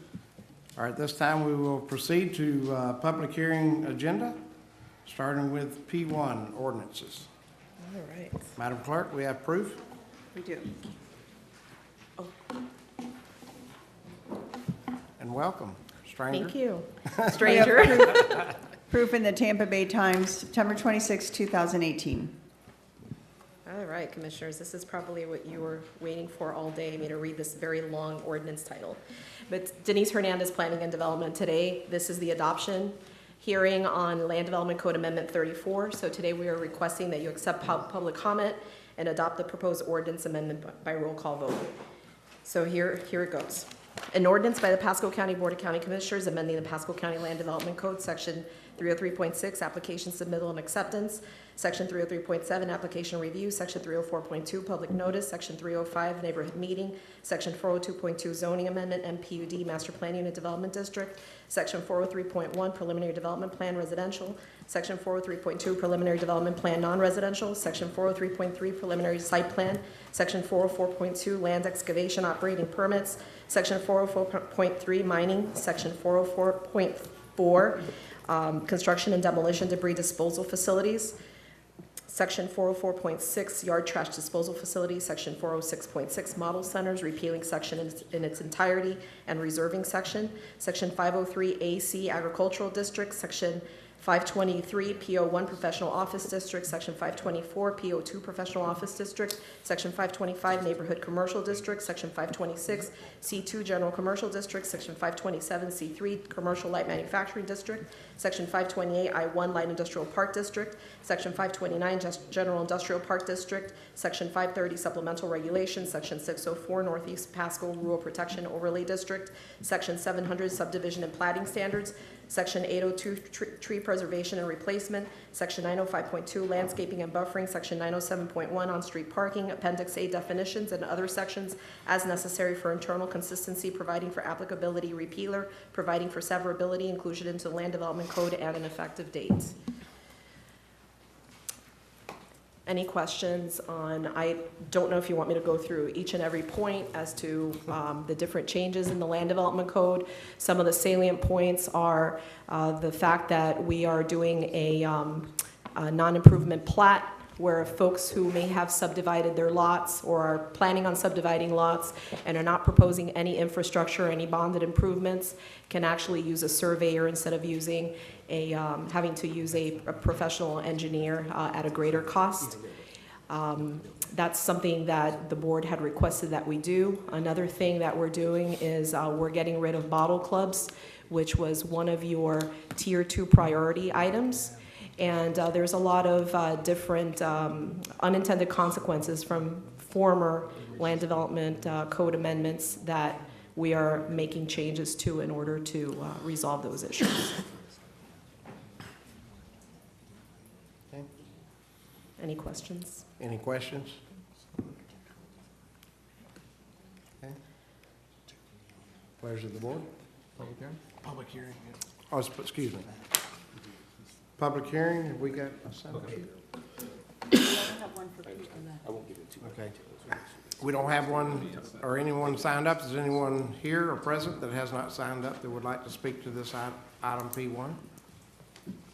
Seeing no one? Second. I got a motion and a second. All those in favor? It's a roll Oh, roll call vote? Thank you. District 2, Commissioner Moore. District 3, Commissioner Starkey. District 4, Commissioner Wells. Aye. District 5, Commissioner Mariano. Aye. District 1, Chairman Oakley. Aye. Thank you. Okay. Motion passed. P2, We do have proof in the Tampa Bay Times, October 12th, 2018. Denise Hernandez, Planning and Development again. Today, this is the adoption hearing for this item. We're asking for you to accept public comment and adopt the proposed ordinance amendment by roll call vote. If you have any questions, Nectarius Pitos, David Goldstein, and Bill Oliver are here to answer those questions. I will read the item by title. It's an ordinance by the Pasco County Board of County Commissioners amending Section 1302.2 Mobility Fees and Appendix A Mobility Fee Definitions of the Pasco County Land Development Code in accordance with Section 1302.2D Review and Update Procedures to amend the mobility fee regulations, definitions, maps, and fee schedules, resulting in some mobility fee increases and decreases, to make additional amendments as necessary for internal consistency, providing for repealer, providing for severability, providing for inclusion in the code, providing an effective date. okay. I have no one signed up to speak to this item. Is anyone here that would like to speak to this item that did not sign up? Seeing no one, pleasure of the board. Move approval? Second. Got a motion of With approval. discussion. and a second. Discussion. Thank you.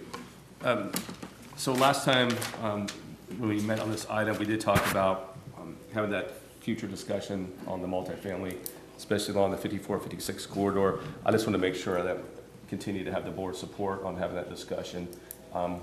We actually gave staff instructions on bringing something back to us within 6 months, but I have some other ideas, so I want to sit down with staff and have that and discuss that with staff. Some of the ideas I have. I think I have a meeting set up with David Goldstein in the near future too, along with some other people.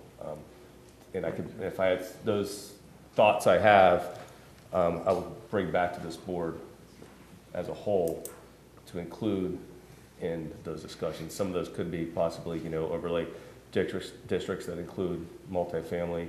I also would like to see us have additional discussions on pulling things like condominiums, townhomes out of the MF zoning.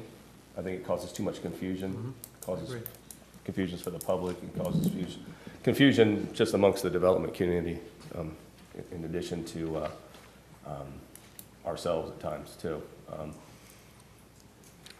think there's some agreement there, right? I mean, Mr. Chairman.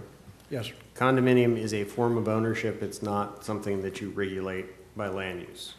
So, but MF, including townhomes, includes those. Does it not? It does. Condominiums is not, as a form of ownership, is not what you regulate. You regulate I the understand. structures. Well, I understand we regulate the structures, but it still falls under multifamily. So the townhomes. And it will always fall under multifamily because that's the form of the structure. Again, that I would respectfully disagree that we can pull those from multifamily. David, sorry. So, David Goldstein, Chief Assistant County Attorney. We do have a separate mobility fee rate for condominiums, but I think that's a different discussion. No, I'm talking about zoning. I'm not talking about mobility fees, remember? Separate the two.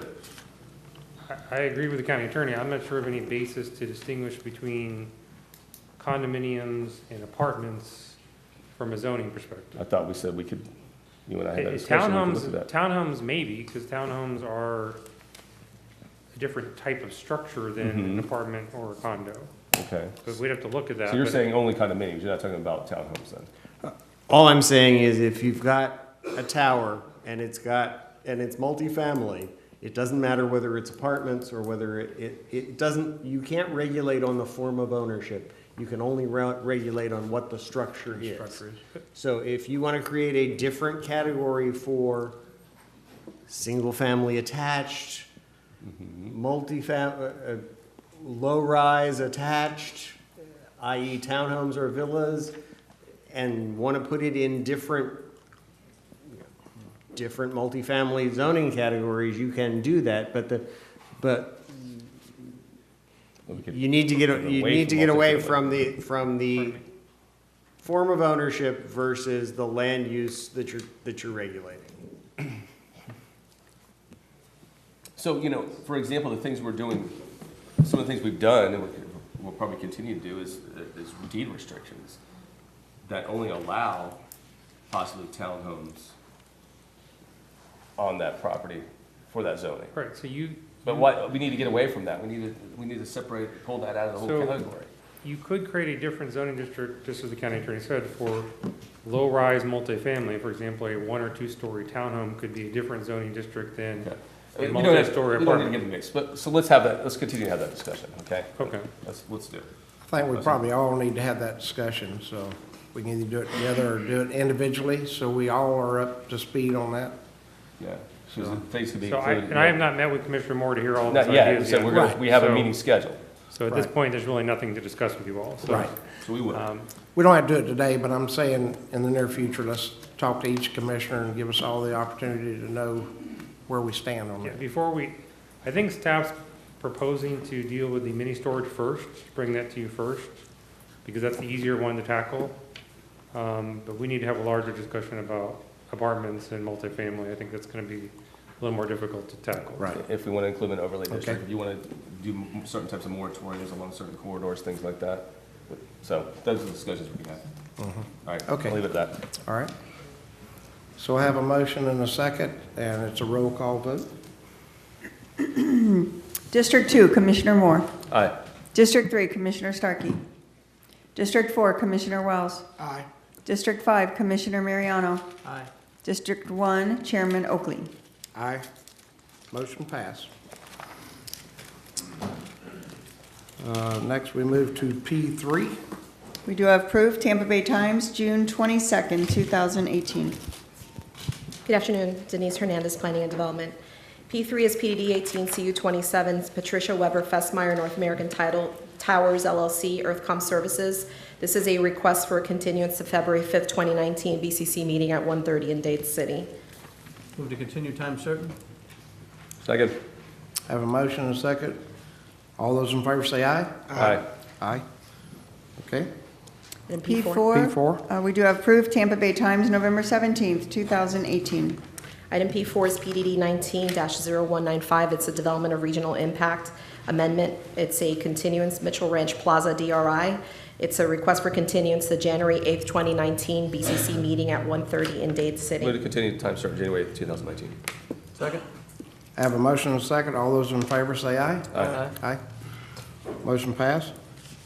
P5, and it's a consent item. Mr. Chairman, would you like me to read the rezoning procedures? Yes, sir. There are 2 rezoning agendas, regular and consent. Staff will present each application to the Board of County Commissioners. If staff or Planning Commission has recommended approval and there's no opposition, the application will be considered by the board without further presentation. If staff or Planning Commission has recommended denial, or if there is opposition to the application, the applicant will be given 5 minutes for presentation. The opposition will be given 3 minutes for each individual or 5 minutes for a group representative, and the applicant will be given 3 minutes for rebuttal. Any individual disagreeing with staff or Planning Commission recommendation or anyone wishing to object to any condition of the rezoning may at this time request a petition to be pulled from the consent agenda, in which case that application will be heard under the regular agenda later on during the meeting. Otherwise, all rezoning applications on the consent agenda will be approved by a single motion and vote. If you wish to speak to any petition, please give your name and address and whether or not you've been sworn for the record. These are quasi-judicial public hearings. The law in Florida is that mere public support or opposition to an application is insufficient for this board to take action. Please limit your comments to those criteria for rezoning found within the board's land development code. And this would probably be a good time for the clerk to swear people in. Yes. If you plan to speak on one of these matters, please stand and raise your right hand.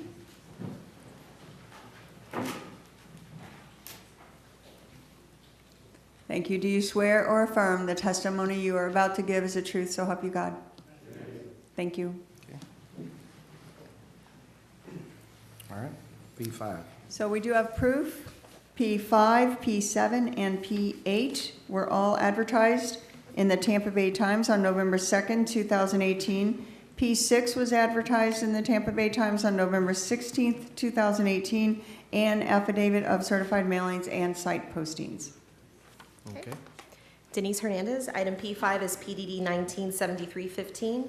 This is Cobblestone MPUD Master Plan Unit Development, CG Pasco LLC. This is a rezoning request from MPUD to an MPUD to allow 600 single-family detached, attached dwelling units on approximately 256.52 acres, along with a variation from sections 901.3 M1 cross-access of the Land Development Code. This item comes to you with approval with conditions from both Planning Commission and the Planning and Development Department. Okay. Have public hearing on that now? Yes. Is there anybody in the audience who wishes to oppose P5? Seeing none, leave it on consent. Okay, leave it on consent. Go to P6. Item P6 is PDD 197365. This is a zoning amendment, Oakstead MPUD Master Plan Unit Development, Barnard LLC. It's a rezoning request from a C1 neighborhood commercial district and an MPUD Master Plan Unit Development District to a Master Plan Unit Development District to allow an increase in the entitlements, in the total number of dwelling units from 1,200 to 1,300, a decrease in commercial entitlements, splitting Tract 1, and to bring approximately 13.8 additional acres into the Master Plan Unit Development District on a total of 866 acres, along with a variation from Section 901.3.M.1 cross-access of the Land Development Code. This comes to you with a recommendation of approval with conditions from both the Planning Commission and Planning and Development Department. Is there anyone here to speak in opposition of P6? Seeing no one, it will remain on consent. P7.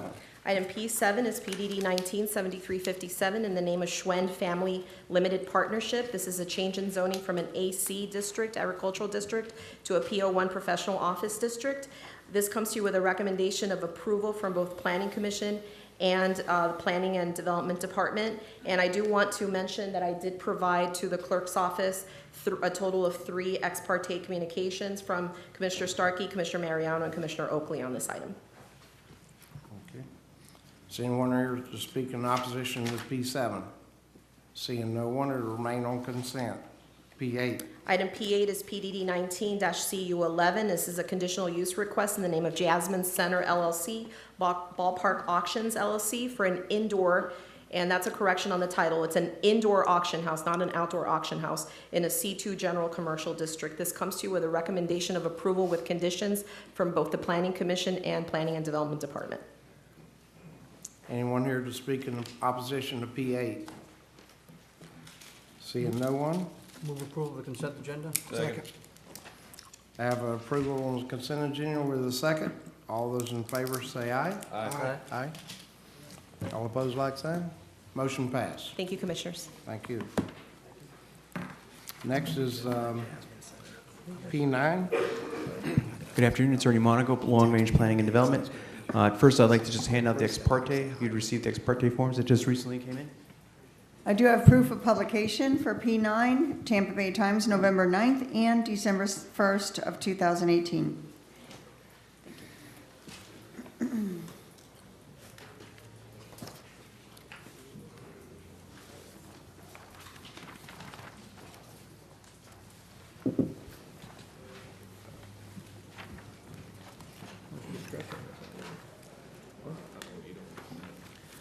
It's my pleasure today to come before you again to present another great opportunity for Pasco County to address the imbalance between jobs and housing. It's a large-scale comprehensive plan. The site location is located south of 52, east of the Suncoast Parkway, and it's west of the CSX line. It's about 25 minutes from the airport. Today we're doing a transmittal and public comment. We are laying the foundation, though, by amending the comprehensive plan with sub-area policies that will encourage and support a corporate business park. In this location, we have to revise the future land use maps, the highway vision map, in order to get the optimal road network in place for the corporate business park to succeed. Today is the first public comment for the BCC, and the request is for text and map amendments to be transmitted to the Department of Economic Opportunity. So please let me read the proposal into the record. There's a large-scale comprehensive plan amendment, CPAL 1901, Project Arthur, a transmittal of proposed large-scale comprehensive plan amendment to the future land use maps. It's map 215 in sheet 11, changing from AG/R agricultural rural, COM commercial, conservation lands, IL industrial light, MU mixed use, and Res 3 residential 3 dwelling units with gross acre to a planned development PD on approximately 6,951.1 acres located south of 52 and east of the Suncoast Parkway. It includes a text amendment creating sub-area policy future land use 7.1.43 Project Arthur, and a map amendment to the future land use map 2-9, adding sub-area map 2-943 Project Arthur, and a map amendment to the highway vision plan map 736. The applicant is proposing a large-scale comprehensive plan amendment requesting a plan development in place of the current allowable future land uses, and there is a table of the future land uses as a mixture agricultural, commercial, conservation, industrial light, mixed use, and residential 3 is what I indicated, and there's acres by acres. Surrounding the character of the area is predominantly commercial, residential, and industrial uses, with the Starkey Wilderness Park adjacent on the west side of the Suncoast. There are supporting plans and studies for this text amendment and sub-area policies. Project Arthur exemplifies the county's goals in the central market area by creating a thriving, interconnected community where residents can live, work, and play. And back in 2008, there was a ULI report specifically calling for this particular location for 52 in the Suncoast and major intersections to promote higher density, compact development to preserve open space, the enhancement of ecological areas, and a strong mix of uses. What's I think neat about this as well is that the CX line actually will strengthen the opportunity to get that to be a commuter line as well. What is being proposed? The existing future land use already allows 11,495 residential units. There is no change in any residential product here, and 10,306,318 square feet of non-residential land uses. What is being actually proposed, though, is a corporate business park of 24 million square feet, but the actual net increase is 19 million square feet, and it's employment-generating land use. What's neat about this is that the existing allowable future land uses of housing will support the corporate business park, and that's reducing the need to commute to the Tampa Bay region and keeping the jobs in Pasco. We modeled the policies after Connected City, so there'll be lots. This is just a sample of policies. I've just pulled a few, though you have it in all the policies basically in your packet, but to encourage public-private partnerships, promote new primary target industries, promote diversified economy, promote our joint efforts with other agencies in terms of alternative financing, local development initiatives, and targeted opportunities. The technology policies promote advanced technologies such as gigabit technology and the land use implementation. We're doing that in Connected City right now. We want to implement that as well here. Encourage alternative transportation nodes for multiple travel options. I particularly love that because now you got a choice basically. You can basically walk to jobs, you can walk to your schools, you can take golf carts, you can take autonomous vehicles, the whole spiel. What we tried to do in Connected City, we want to implement as well here. Assess emerging transportation trends, relying on advanced technologies, Wi-Fi in public gathering spaces. That's all the cool bells and whistles we have already starting. Anyway, and then there's sustainability policies, basically incorporating designs for interconnected roads, alternative vehicles, trail and sidewalk networks, encouraging walkable block sizes, flex use space, incorporating location of public spaces, encouraging that flexibility, which is really important. That's why planned development is really important. For terms of feasibility, the utility needs assessment, there's adequate capacity. Let me quickly go a little bit about that. Pursuant to the Pasco County Land Development Code under the Transportation Needs Assessment, the portion of the planned development PD future land uses that generate jobs that's the office, industrial, and the corporate business park, as defined in the mobility fee definitions and regulations, is exempt from transportation analysis and the comprehensive plan needs assessment. The non-exempt uses proposed in this PDC comprehensive plan amendment are at or below the maximums currently approved in the comprehensive plan. So thus, no transportation needs assessment is required for the comp plan amendment purposes. However, the timing and phasing analysis is being performed incident to the companion MPUD process. In terms of the police, fire, and schools assessment, fire stations, sheriff's office, and the schools are under active negotiation with the corresponding MPUD application. That's following, not today, but coming soon. With respect to the comp plan, the sub-area policies have been included to encourage the co-location and the joint use of schools with public facilities such as parks and libraries. Here's the vision map changes, because as part of that is to look at the vision map. You see that segment 1 in green. Let me see if I can get the light. Oh, yeah, segment 1, which is that green little tiny right there where my arrow is going right there. That's going to be changed from a collector to an arterial road. Segment 2, this is the yellow here that stretches from Sun Lake Boulevard to 52, that little piece there. That's going to be relocated further west on 52. You can see it up there. Right there's where we're going to be located. This road is being relocated here. It's lengthened from 52 and farther south on Sun Lake Boulevard. And segment 3 is going to be removed. Now, it doesn't mean there are not going to be roads there. There just will not be vision roads. So it'll be basically local roads and then segment 3 part. So there will be connectivity. It's just not necessary in that particular location. So in terms of comp plan consistency, the range of uses is consistent with the intent of plan development. And on November 29th, the LPA unanimously recommended approval for the amendments to the future land use, the sub-area policies, and the internal road network revisions just described in the highway vision map. We come before you today to hear public comment as well as authorized transmittal to the Department of Economic Opportunity and other reviewing agencies, and in particular it's the large-scale comp plan amendment, FLU map, the text amendment, the FLU map amendment sub-area map 2.9, and the amendment to the highway vision map. Thank you. Are there any questions? We have people can answer. Let's see if there's anybody public comment. Applicant. Applicant first. Yeah, applicant? Yep. Mr. Chairman, Clark Hobby, Hobby and Hobby PA, 109 North Brush Street, Tampa, Florida, have been sworn. Happy to be here today. As you all know, this is a large project, and Ernie tends to spit a lot of information out in a hurry, so I'll try to keep this a little bit more simple on my end. Number one, we appreciate the time that your staff has dedicated to this project. We've been working on this for quite some period of time, and I want to specifically note Dan's help, David, Don, Terry, Ernie, Amy, Brad, Ali, and Essen, who've worked with us a bunch already on this project, and there'll be a lot more to come. But to keep it simple, what we're doing is going to a PD from about, I think it's 5 different current future land use classifications. We are not increasing any of the entitlements except for the corporate business park that's in parcel B1. That's a substantial size, as you see. And there'll be issues we'll have to work through together on some of the MPUD level, but we feel that we've satisfied all the requirements at the comp plan level.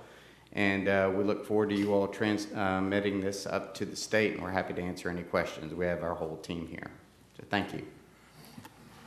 Commissioner Mariano? I don't have any question, but Clark, between you, Ernie, the team, Bill Cronin, et cetera, I mean, to bring this project forward is just incredible.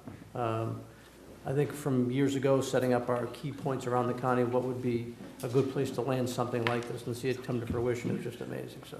Well, thank you very much. It's funny, when we started looking into some of the ULI policies, I didn't really pay attention in 2008, but when I started reviewing the ULI stuff and saw that this was specifically called out as a critical piece of the central market area, it all kind of fell into place after that. So I think we're following the long-term vision that the county set starting in 2007 and bringing it forward now, so it's exciting. So thank you.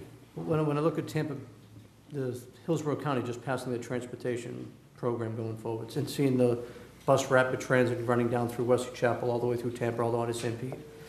I felt bad leaving out the CSX line running from Brooksville all the way right down to the edge of this property. Seeing this come forward just makes this reality coming much, much faster and much better. So I can see it's we are just positioned so well to take advantage of this, so. We'd like to thank you. think so, and we appreciate it. Look Great forward to job, working yeah. with you on it. Okay. Any other questions? I'll probably wait till after public comment if there isn't. Okay. I do not have anyone signed up to speak to this on public comment. Does anybody want to speak that has not signed up? Seeing no one?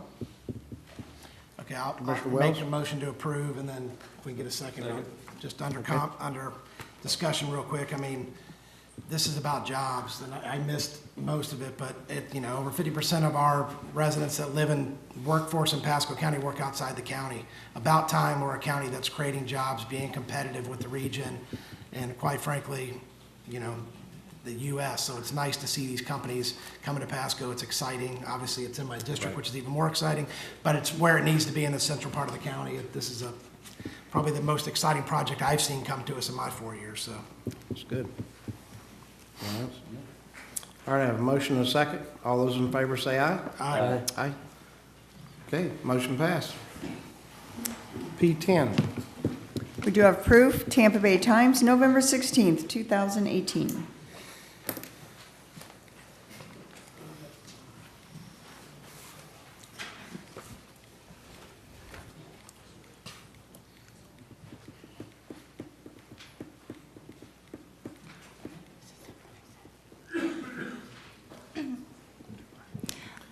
Erica Willens, Planning and Development. I want to begin by passing out ex parte forms. I already submitted 3 to the clerk, but I also made copies. The ex parte forms don't need to come to the board. Okay. Unless the board wishes them, but they're their own ex parte forms. Yeah. So those just be sitting, in their offices, and I don't know why we keep bringing them every week now. They need to be part of the record for the Right. proceeding, Right. but you all don't. But all of a sudden, in the last need 2 them. weeks, everybody's bringing ex parte forms up to the dais. I don't know what's changed all of a sudden. Somebody. 4 years, it never happened. Yeah. This is a transmittal hearing for item P10. It's a large-scale comprehensive plan amendment in the name of CPAL 1809 Hagman from residential 3 dwelling units per gross acre to PD plan development. On November 29th, the local planning agency voted unanimously to recommend approval to the Board of County Commissioners.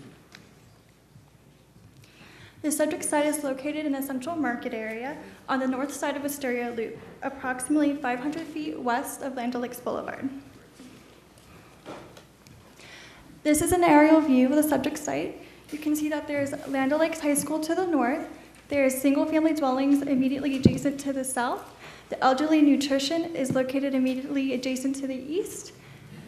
And also the school district board is also located to the north. Here's the project overview. Again, the project is going from residential 3 dwelling units per gross acre to planned development. The current site is vacant, and it has an accompanying MPD zoning amendment. The applicant is proposing just an additional 17 dwelling units under the Res 3 future land use. Approximately 113 dwelling units are allowed. However, the applicant is proposing 130 with just an increase of 17 dwelling units. Here's an existing flue of residential 3 and a proposed flue of planned development. The project site is predominantly surrounded by Res 3, and again, there's Land O'Lakes High School to the north, single-family dwellings to the south, the Pasco County Elderly Nutrition immediately adjacent to the east, and also wetlands to the west. A PD is providing for a mix of land use intensities with the project. Here's the sub-area policy, basically saying that only 130 dwelling units will be allowed. Transportation needs assessment was not required. And right now, we'd like to authorize transmittal to proposed large-scale comprehensive plan amendment to the Department of Economic Opportunity and other reviewing agencies. And with that, if you have any questions. Any questions? Applicant?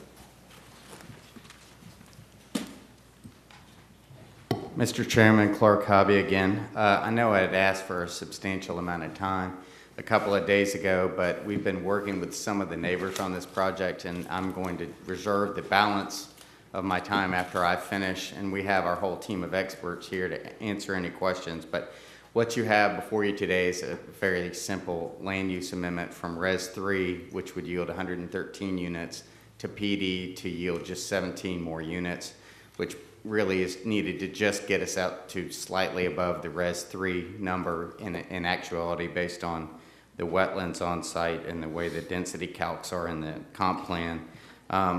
We have done a tremendous amount of work with the community out there to address their concerns concerning Wisteria Loop. We're going to be bringing that to standard from our western property boundary to 41. We're also going to be flattening out the entry up to and from 41 at Wisteria, building a turn lane southbound on 41. And we've worked through other issues concerning preliminary drainage concerns that some of the neighbors had, and various other issues. But suffice to say, our transportation work shows that there's not a transportation issue on Wisteria or at 41. And we don't believe we're going to have any drainage issues that we can't overcome in the normal course of affairs when we engineer the site. And as I think everyone's generally aware from staff's report, this whole area has been Res 3 or Res 6 since at least 2000. So we don't, and it's never been part of a rural protected area or anything like that. So we believe that this is consistent with the area and the suburbanization of the area, if you will, over time, and the MPUDs that have been popping up along 41 over many years. So we're happy to answer any questions. I don't know, we probably are not going to have a whole lot of people from the public today, and Planning Commission did recommend approval unanimously. We're happy to answer any questions you have, and we appreciate your support. Okay. I have no one signed up for this item from the public. Is anyone here that has not signed up would like to speak at this time? Seeing no one, we have any discussion? Second. I got a motion and a second. All those in favor say aye. Aye. Aye. Motion passed. Next item is P11. Notice? We do have approved Tampa Bay Times, September 28th, 2018. Looking sharp, Will. Thank you, sir. Will Poon, PE, with the Planning and Development Department. I'm here for item P11, conditional use 18-40, Angelo's Aggregate Materials, Enterprise North, conditional use modification.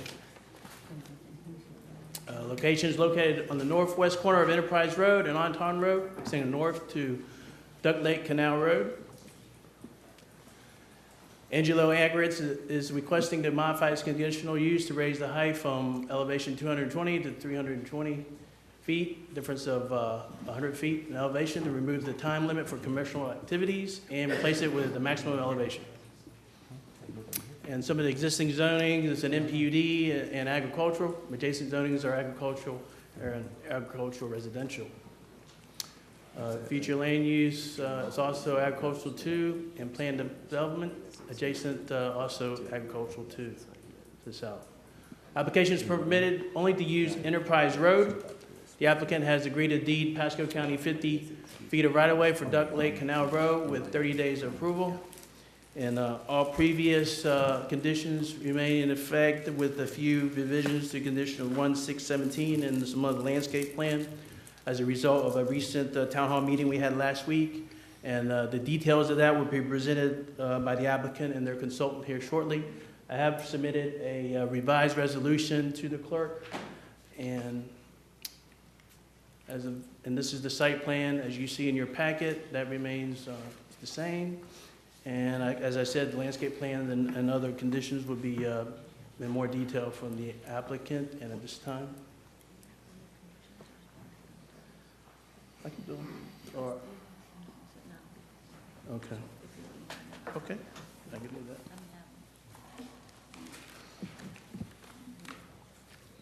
Thank you, Corlin. All right. So with the conditions we ought to agree to, Planning and Development and the Planning Commission recommend approval with conditions. Any questions for staff? Any questions?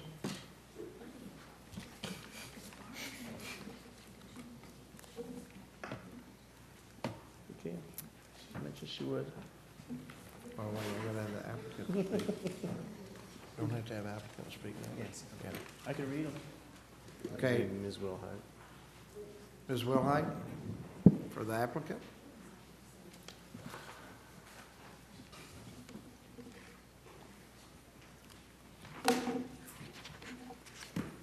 Good afternoon, Barbara Wilhite, 2523 Permit Place, Newport Richey, Florida 34655. I am here for the applicant, the owner-operator of the existing Enterprise Recycling and Solid Waste Facility. My colleague Matt Armstrong from Stantec is going to work on this presentation to you with me. He has for you and for the clerk, he has a PowerPoint, the same PowerPoint that's here and on your screens. He has additional conditions. We've been working hard all the way throughout this process, including a town hall meeting that Commissioner Oakley put together last Wednesday. He invited 86 neighbors. It was well attended, quite not that many, but it was well attended. And the other thing is, after that meeting, not only did we work on conditions of approval, but we actually got specific comments on Stantec's landscape berm plan. And so Stantec went back and reworked the berm plan. For example, the neighbors wanted more native vegetation, so Stantec was able to accommodate that. So that's what Matt's handing out, and we do need a motion to receive and file that for the record. Second? All those in favor say aye. Aye. Well, what he's handing out, let me get started, kind of going over just his presentation is much more interesting than mine, but mine's kind of has the facts. This is an existing facility permitted in the year Barbara, 2000. Yes. Before you start, you had asked for additional time. Has the chair approved that? Yes, I think I did. So I just want to make sure you don't get cut off at 3 Oh, minutes. okay. No, Yeah, we Yeah, have. somebody's got a Yeah, timer we're going talking here. Yeah, we have. So, Oh, we may cut her well, off. We did. I'll try to move quickly, I know. Okay. But want to try to get information out that I think might be useful. This is an existing facility permitted in 2000, approved by the county in 2000 and 2004. It accepts Class 3 materials. Class 3 materials are construction, demolition, and debris, which you have other facilities in the county that accept it. For example, Coastal on your west side. In addition to the rest of this list, yard trash, processed tires, asbestos, cardboard, carpet, plastic, glass, plastic furniture. No household waste, which you'll also hear that sanitary waste, and they're all inert materials, none of them are organic. The need for landfill space, what creates the need for this landfill space?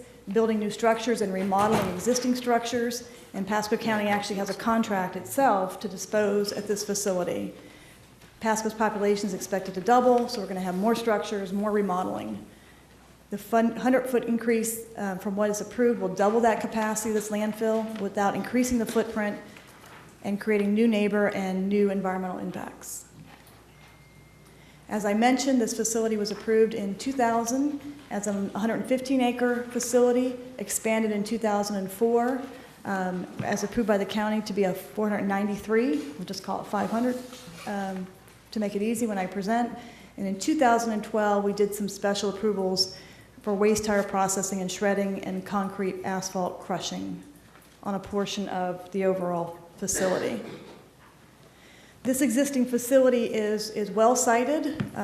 It's located in the agricultural land use designation where nuisances are anticipated and residential uses are not primary per your comp plan, per the direction your comp plan from 2006, which we've talked about before. Surrounded almost entirely by agricultural land uses. It's near 2 active, pretty intense chicken farm operations and associated spray fields. It's adjacent to the county's closed sanitary landfill, which continues to vent gases from the breakdown of household waste. We can contrast that to this facility. There's no organic materials accepted, no Class 1 waste accepted at this facility as a Class 3. And then any potential odor does not create an incompatibility with the AG zoning designation and the surrounding AG zoning designations. You already have odor producers in that area. This is from your comp plan. I pulled this out to just show you that this facility is part of your solid waste system. You use this facility as part of your level of service standards, to meet your level of service standards. That's what this is saying from the comp plan. And actually, if you look at the bottom policy there, it is a policy of this board through its comprehensive plan to increase the disposal capacity to make sure that you can maintain level of service over time.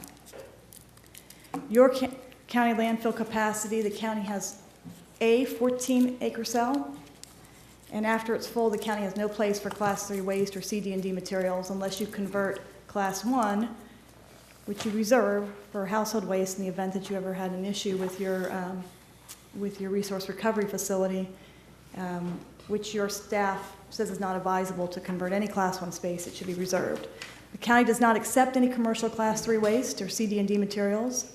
If it's CD&D and it's on the west side, it goes to coastal landfill. If it's Class 3 waste from anywhere, it goes to this facility.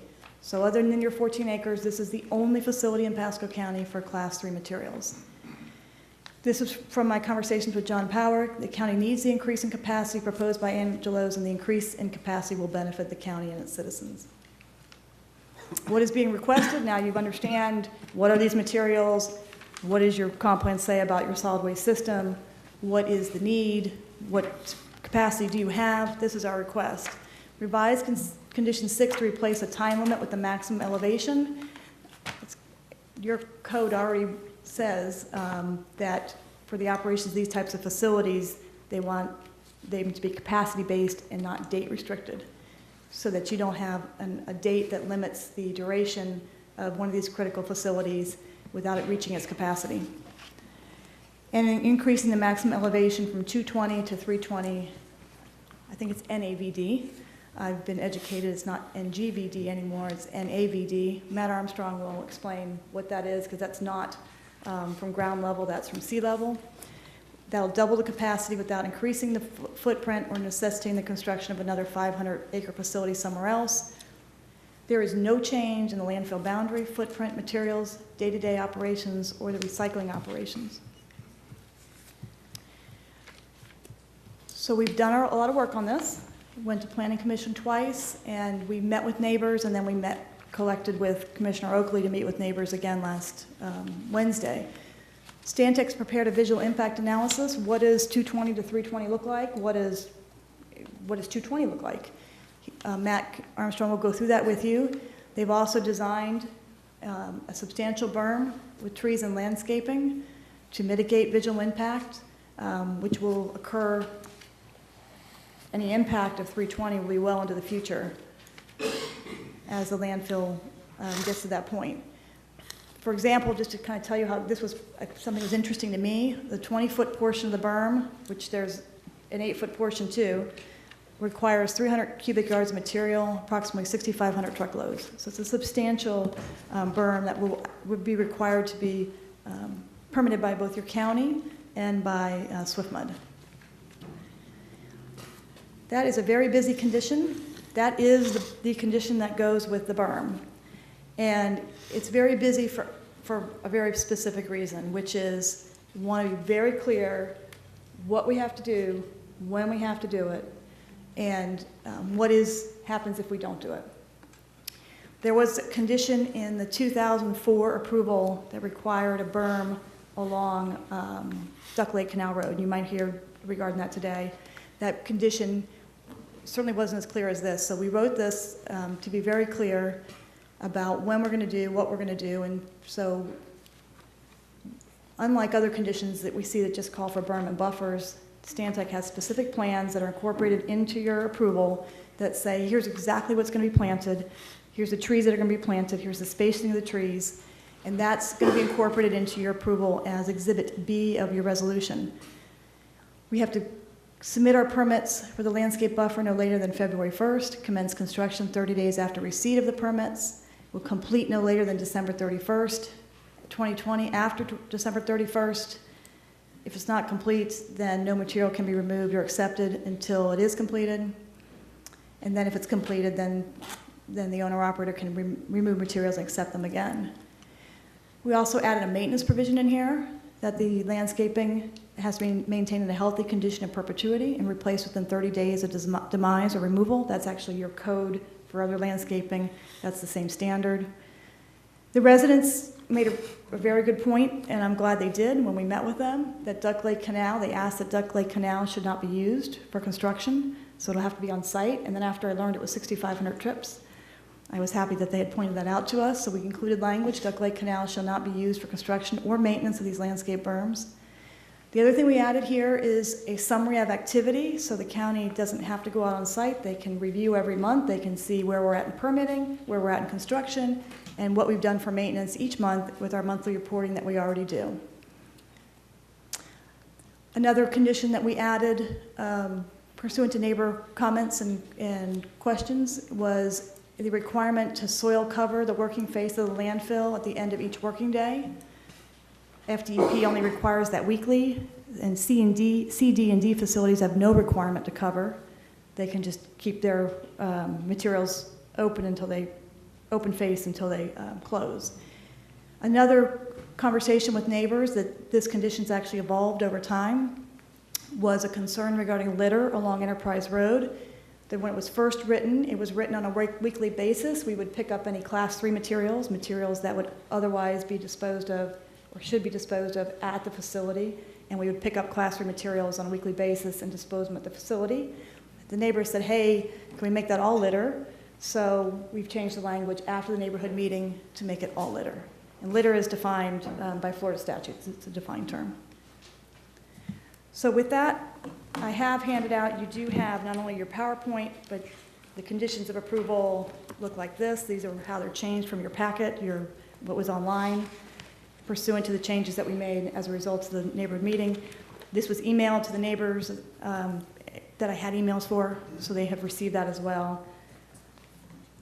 And I'm going to turn it over to Matt to tell you about his berm and his visual impact analysis. Good afternoon, Commissioners. Matt Armstrong with Stantec, 777 South Harbor Island in Tampa. I am happy to be back here today. I'm just sorry it took a landfill to bring me up here. It's been interesting of all the things to come back up here and come back home to look at. This was a challenging task. And as Barbara explained, what our firm was asked to do is to say, okay, all things being equal, this landfill that's there, if we go from 220 feet to 320 feet, what does that look like? What's the visual impact from the surrounding areas? Model this, put it into a geographic information system, and let's take a look at it. So that's what we did. We've got an existing footprint here in light gray. That's where they're authorized to operate right now. The current operation is over here in the east, the southeast corner. That's the old county landfill. It's capped off, and it's got its vents along Otten Road here on the east side. There's an existing 8-foot berm that was built when this operation started here. It's got some oak trees on it, some magnolia trees, and it's not in the best shape in some spots. In other spots, it's pretty solid. We're going to talk more about that as I go through this. I think the key to this really is about improving what was done before. There was a lot of history on this, and I won't get into all the history, but there's a lot of history and a lot of things that were either agreed to in the past or promised in the past or otherwise not recorded very well in the old conditions. And so as Barbara noted, one of the big efforts in this, whether folks agree with it or don't agree with the actual heights or things that are being requested, is the fact that we're cleaning up a lot of things that weren't very clear in the past. Our landscape architects down here at the Tampa office tackled this. They were actually pretty enthusiastic about saying, okay, well, how do we design and construct a berm that isn't ugly, that actually fits into the landscape. It isn't just a straight wall of dirt 20 feet right next to Duck Lake Canal Road with some trees stuck on the top of it, and it looks a little bit out of place. So they came up with something that's got a little bit of a meander to it. At its closest point, it's about 73 feet from the road. At its greatest point, it may be a little bit over a couple hundred feet back from the road. And it occupies that space, the 500 feet between the road and between the footprint of where the operation can start. So the berm is meant to kind of fit in with the landscaping that's there, the oak trees that are there, and add to that, as opposed to being something that's a bit out of place. As Barbara noted during the community meetings, we wanted to get some feedback from folks, and I took some drawings back that folks wrote on and said, look, we really want some specifics to this because we got burned in the past, and that's what we heard. I won't comment on it one way or the other because I don't know the history. What I can tell you is that on these new set of plans that we passed out, we've added some dimension lines specifically so folks know where exactly this thing's going to land when they go out there to build it. Because Barbara mentioned it's over 300,000 cubic yards of dirt. Its base is about 120 to 180 feet wide when you go up 20 feet. It's a big, big project. And it's going to have a big impact on the landscape that's there now. Aside from the landfill itself, the berm is a big thing. So we want to make sure it's in the right place. So we added specific dimensions. In the plant schedules, we got rid of any kind of magnolia tree. That was apparently a bad thing that nobody wanted to see out there. It's replaced with a more indigenous native tree. It's like a holly kind of tree that grows faster and still has a low canopy. The reason for the magnolia was it's got a little bit wider, lower canopy, and it's fairly thick. So we replaced that with something that isn't a magnolia tree. This area is down on the southwestern corner of the landfill. The berm at that point is a little bit shorter and narrower, and it comes around again meandering. It's planted with the same types of trees, some pines, some oaks, some of the hollies. And again, all of this to mitigate the potential impact from going from 200 feet, 220 to 320. And I'd say that it's going to be an improvement over what was originally set out to be there. Again, not a lot of clarity on the past, so it's going to be better. This picture is interesting. It shows the hill that's on the eastern side of the landfill now. This is Otten Road behind these trees. You're looking north. County's old landfill's out there in the distance. But this is what a slope looks like typically after it's been covered and it's got grass growing on it. That's the top up there. It's about 171 feet up there. But that's kind of what it looks like without anything on it. Again, here's Duck Lake Canal Road. We wanted to take some sections through here to see what it would actually look like. So if we start with point number 1 here, that's what it looks like right now with an elevation of 220 feet. That's where you can max out right now is 220.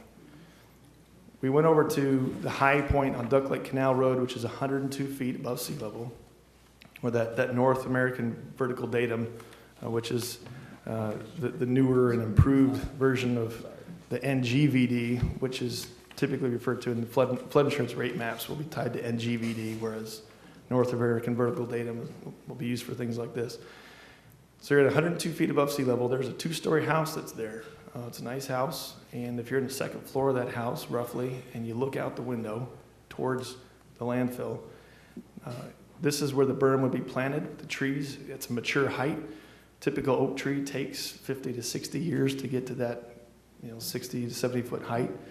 The pines will grow a little bit faster than that, probably twice as fast. The holly is going to be even a little quicker than that in the lower areas. But as you can see from the sight line, you can't see the 220. If we go to 320, that's the difference.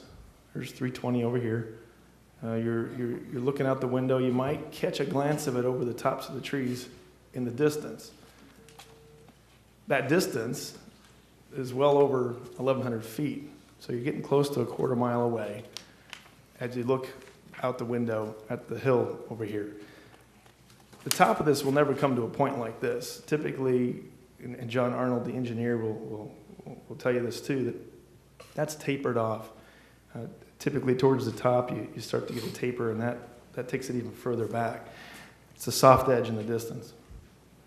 This is another spot on Duck Lake Canal Road. It's a lower portion of the berm. It's a little bit lower here. We did make sure that this thing doesn't go below 4 feet. That was one of the concerns, again, at the neighborhood meeting, that, hey, we don't want it to go down to 0. We'd initially designed it to go down to 0 and not have any berm at all. Folks said, no, I don't know if that's such a good idea. We need to have a little something there. So we didn't go any lower than 4 feet. Again, you can't see it from the road driving down. Either way, whether it's 220 Matt, which or... way are you looking? From So- the house that way? Is that to the north or? Yeah, if you're on the road here, you'd be looking east in this particular section. So at this point in Duck Lake Canal Road, which is point number 2, right here. Say if you're on this point in Duck Lake Canal Road and you're gonna... So you'd be looking to the east? Yeah, the section cut itself is this imaginary line straight through here. Right. And so in that regard, you're looking north.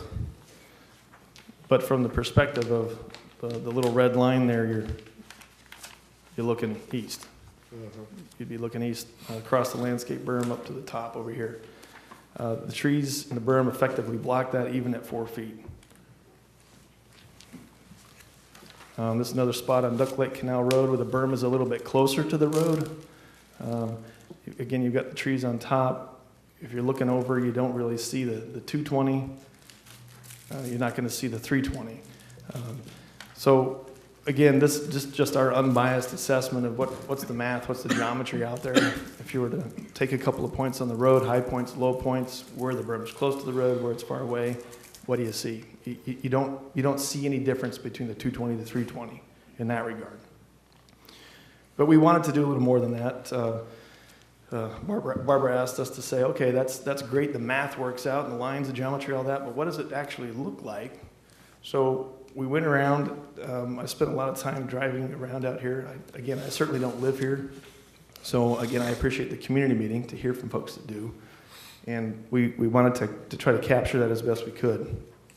At this point here at Duck Lake Canal Road, this first picture is looking southeast. So we're up here in the corner and we're looking southeast back towards the current operation, which is well over a mile to the south over there. This is what it looks like today. With the berm, that's what it looks like. And the difference between 220 feet and 320 feet is the dark green sliver on top of the light green sliver. And whether it's green or black, there's a lighter color here. That's the 220. The 320 is a little piece on top of it. So in reality, there's not going to be any color difference on the slope. It's going to be the green grass. It's hard to tell the difference between 220 and 320. This is a shot a little farther down Duck Lake Canal Road as we drive south on the road. We're looking east. You can see the spoil pile. This is the dirt that's been excavated from the current operation. It's in storage. We imagine a lot of this would be used to build the berm itself as we pull it across. This field here is owned by the operator, of course. This is what it looks like today. Fast forward 40, 50 years when the thing has reached its height of 320, and that's what it looks like. Again, here's the berm in the foreground. This first shade of green here is the 220, and the sliver on top is the difference up to 320. That's what we're looking at. So today, tomorrow, the sliver on top. This is a shot from Enterprise Road. We're looking north. That's what it looks like today. That's what it looks like if you go all the way to 320. Here's a shot on Otten Road. We're looking southwest. County's current landfill is over here, the one that's closed off. This is the back side of the current operation. You can see some of the dirt here. That's what it looks like today. That's what it would look like all the way far into the future. Again, there's a small difference between 220 and 320 on the horizon line. Without some surveying equipment, it would be tough to tell the difference. This is another spot south. Here's Enterprise Road, about 4,000 feet or more to the south. There's Singletary Road as you come down. This is one of the residents that I spent some time with. He was gracious enough to take me around and give me some history on it, and I appreciated it a great deal. His concern was, well, I can see this thing from my house, from my property. And if you take a look at it, this is the view that's there today. This is the fence along the property line. We're looking over this field, which is owned by the operator of the landfill. They use this for ag. There's the cows and the pivot irrigation here. In the distance, again, it's a little over 4,000 feet away. You can see the current operation. There's some lighter color right along the horizon line. This was shot with my iPhone 8. I imagine if you got out there with a real nice camera and some telephoto lenses, you might be able to zoom in a little bit more on some stuff.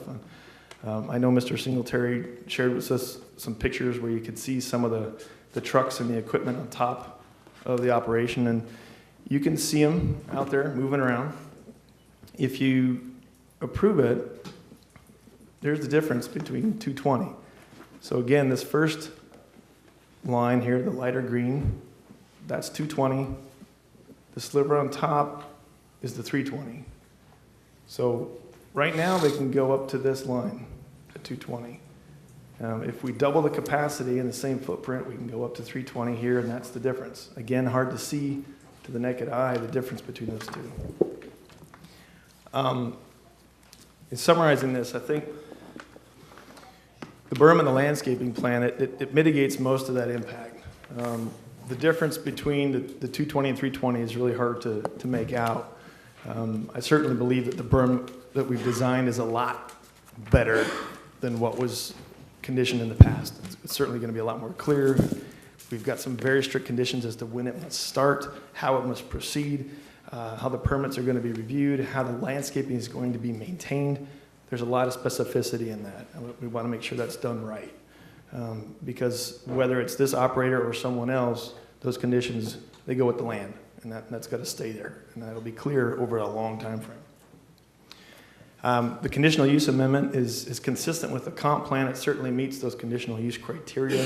When you look at the surrounding uses, as Barbara mentioned, it's in an ag future land use area. That's the prime use out there is ag. It continues to meet the needs of a thriving community. Those are all things that we think are good things to do to maintain the capacity for the county. And with that, happy to answer any questions. Anybody have any questions for Matt? Okay. Thank you. I have one person signed up for this item, Mr. Ken Griffin. If you'll come forward and state your name and address and that you've been sworn. Ken Griffin, 11932 Duck Lake Canal Road, Dade City. We'll try this again after this morning. So anyway. You've been sworn? I'm sorry? Have you been sworn in? A while ago, everybody stood up. Okay, all right. Yeah.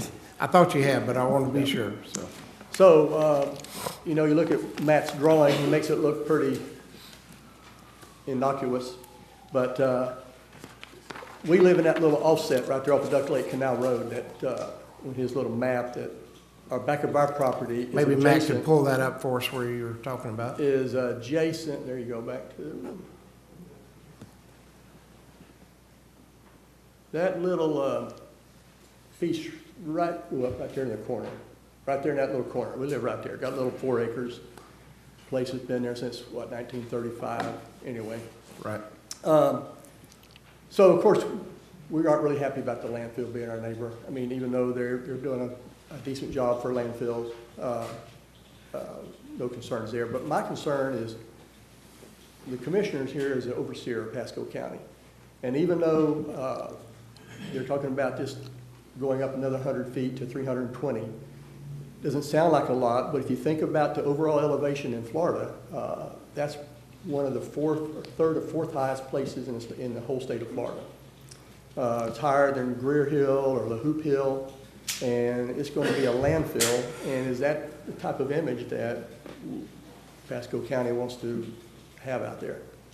I think they had mentioned before that the current landfill will run to capacity about 2050.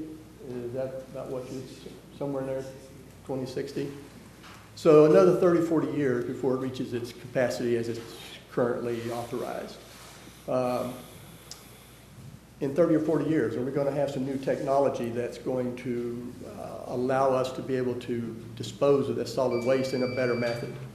And so I just want to ask you, do you want to have that high elevation of Pasco County in the state of Florida as being a landfill? So I want you to consider that if you would. Okay. Thank you. Okay. I don't have anyone else signed up. There's someone want to speak that have not signed up, come forward. State your name and address, and if you've been sworn. I have been sworn.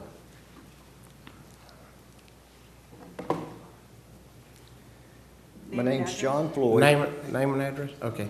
My name's John Floyd, and I live at 10548 Singletary Road in Dade City.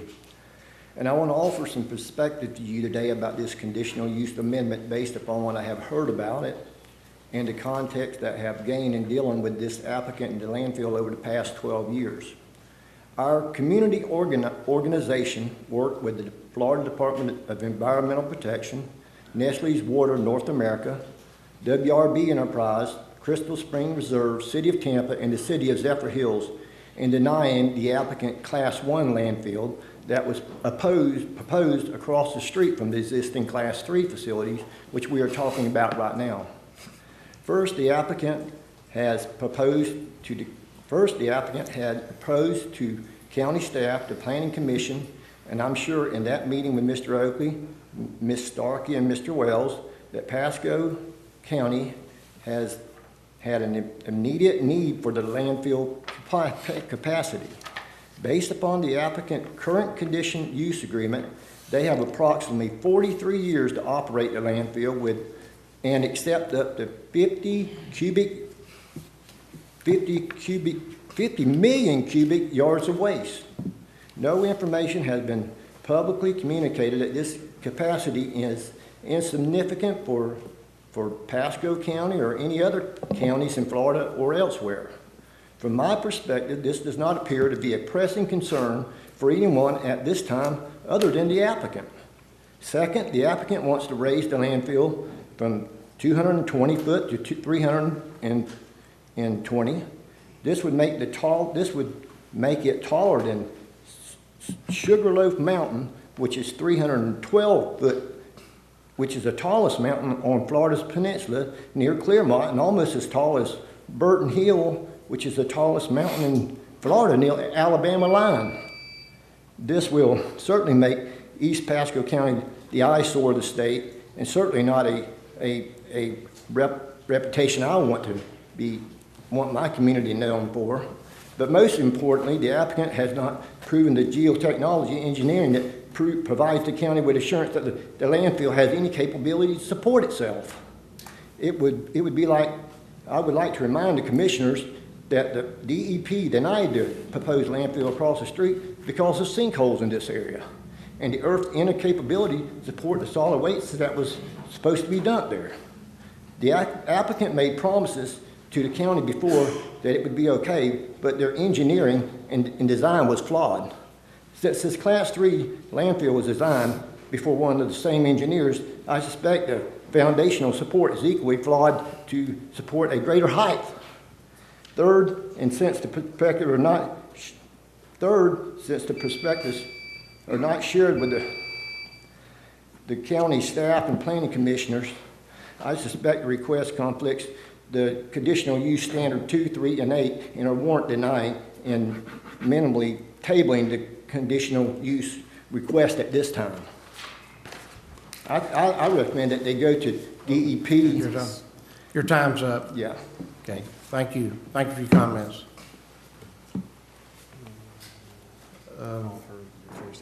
Is there anyone else here to speak to this item from the public? Seeing no one else, then close public comment at this time. Any of the commissioners? Is there a staff summary before the applicant gets back up?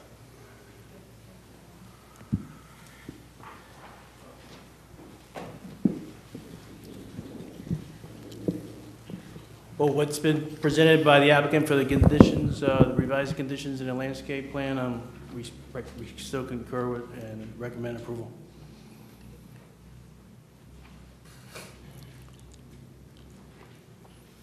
I know we've had meetings on this, Ms. Wilhite, and we discussed the starting of the berm, because that was one issue that hadn't been done for like the 10 years they had to do it. They never did start a berm. So we discussed that of starting it and a time when it would have to be finished to protect the residents. That berm would be accomplished in building that.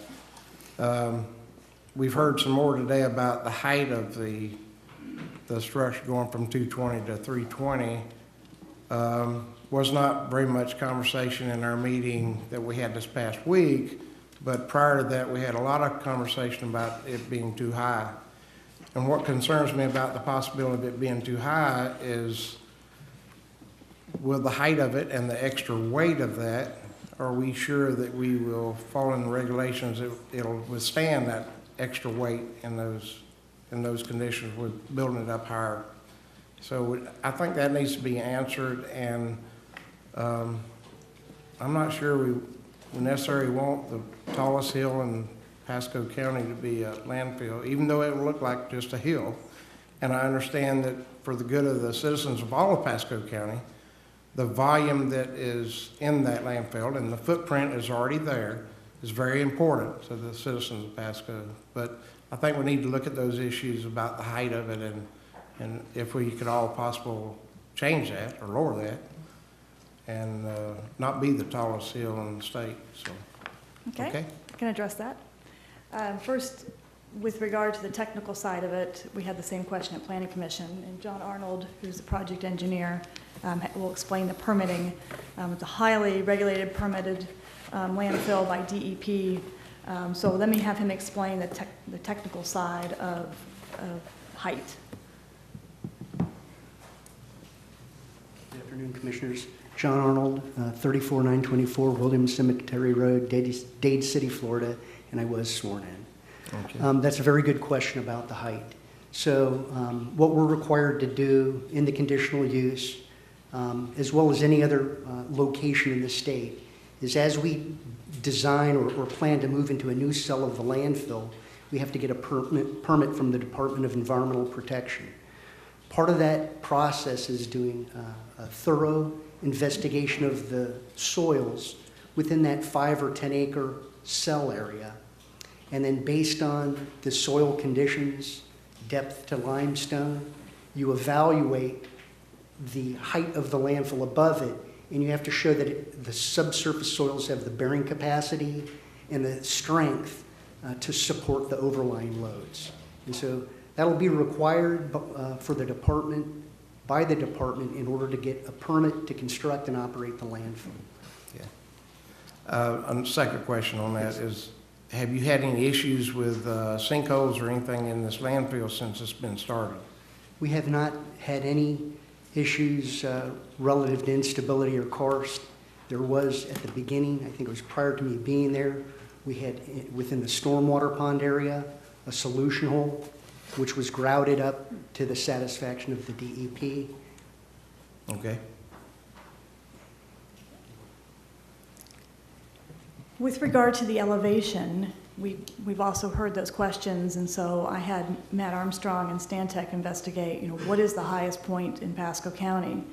And so let me have him explain that, and I'll explain our review of what it means to capacity if we lowered the number. So let me have Matt explain what he found for the height issue. Yeah, having spent some time out here, Clay Hill is the tallest point in Pasco County. It's 301 feet according to Pasco County's Geographic Information System. So if you go on Pasco View and you pull up the contour layer in that GIS, it is Clay Hill at 301 feet.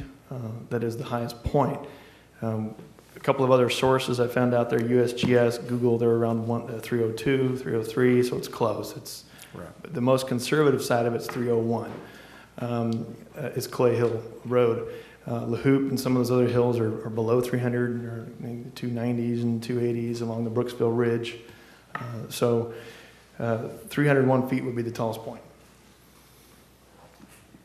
So with that, could there be a possibility we could have this at 300 feet rather than 320? So that was, I looked at 300, I didn't do much, I had this team, but I said, what does 300 do? And 300 feet from 300 to 320 is a reduction in 5 million cubic yards of material, of capacity, so it's 5 million. There's a section of the landfill up in the north, Matt's gonna show it here, where we have this strange little triangle that if you expanded there, and you can see why that would be, might be a where to expand, which is because it's next to your landfill and it's up by Cal-Maine's chicken farm operation. If you expanded that, you can regain 2 million cubic yards of capacity through that expansion. So bringing it down from 320 to 300 would lose 5 million. We can expand up in that corner. And again, we're trying to maximize capacity for a landfill that could be expanded in that corner without any additional impact. And we're agreeable to doing that. If it's just, if the board would like to keep it down below the 301 at 300, we can do that. We can expand up there in that corner and gain 2 million cubic yards of capacity back. The only other thing I want to just say is time is actually a good thing here. We actually, Duke Energy came before us at Planning Commission, and there was a big struggle about the siting of a substation in Meadow Point, and because it wasn't planned for. And so they didn't have time for anything to grow. So the landscape plan that they came up with would be planted at the same time as their expansion. So this actually is planning, and time is actually will benefit the neighbors if we do it now. And they're really probably future neighbors we're talking about that will see this increase. Mm-hmm. So. Yeah, I understand that the restrictions we made for the berm and get it started and a time set, I think that's good for the citizens out there looking after what should have already been done. But I just have a little problem with it being at 320 feet. So with that, I'd open up the rest of the board members to. Mr. Chairman? Yeah, so just a quick question. Matt, or I think Matt mentioned this. You said the capacity 200 foot at 200 feet wouldn't be reached till when? Oh, 220. The existing capacity of 220, I think, is about 50 years off, barring anything major like a big storm what we had in the And that's what's currently approved for, so that would be 50 years down the road. Correct. So we're 300, we're talking, that could be 75, 30. 30 years? We're almost at 2020. Oh, through 2050, through 2050. So 2050, there's your Yeah, 50 there you years. go. So you meant 2050, okay, So about 2050. 32 years. And then 20, possibly 20 plus years after that or more to reach the capacity of the, well, you're talking 320, Commissioner Oakley is Yeah. asking for 300, so either or, it'd still be, to reach that capacity, you're looking at 50 years plus, I would assume, at the 300 mark. 30, 20, yes, I think it's all, approximates, but yes. May or may not reach up at Right, that right, time. but I think that's a good estimate. Okay, thank you. Any other questions? I'll just ask one question, Commissioner Oakley. As far as like that expansion of the triangle, you comfortable with that, being 300? The expansion and the If they went and didn't go to 320, but went to 300, cut it out, are you comfortable with that? Yeah, with the 300, I think I'd be comfortable with that. But they're talking about they'd like to expand into that area that's not part of the footprint right now. What would that do to the citizens out there if you expanded in that other footprint? Yeah, it's next to our landfill, so we'll be. And is the reason it's back from it affects that other landfill? So in order to do that change, we'd have to make an application, so. That has to what you come through approved- DEP? yeah. What you approved today, if you approve it 300 for the pending conditional use, won't approve that expansion. It was something we'd have to come back through a process for. So we could look at and answer those questions at the time. So. Okay, what's the pleasure of the board? Mr. Chairman, so is the applicant comfortable with that? We are. Okay. We think it's a good compromise. Okay. Move approval with the height capped at 300. Okay, so that would be a modification of condition 6, correct, Barbara? It is a modification of condition 6, correct, which is under condition 1 on your sheet there. So under condition 1 of this approval, which is condition 6 of your previous approval, yes, we changed that from 320 to 300. So that So would be, moved. Second? Okay, I got a motion and a second. All those in favor say aye. Aye. Okay, all those opposed, like sign. Motion passed. Okay. What else we got? That's it. you had an addendum, was the addendum on consent? That was on consent. Oh, so that's everything? So, yeah, so you, Anything else? unless there's anything. No, we- no, we're Anything done. from the board members? Anything? Okay. We went Meeting through the adjourned. Thank you.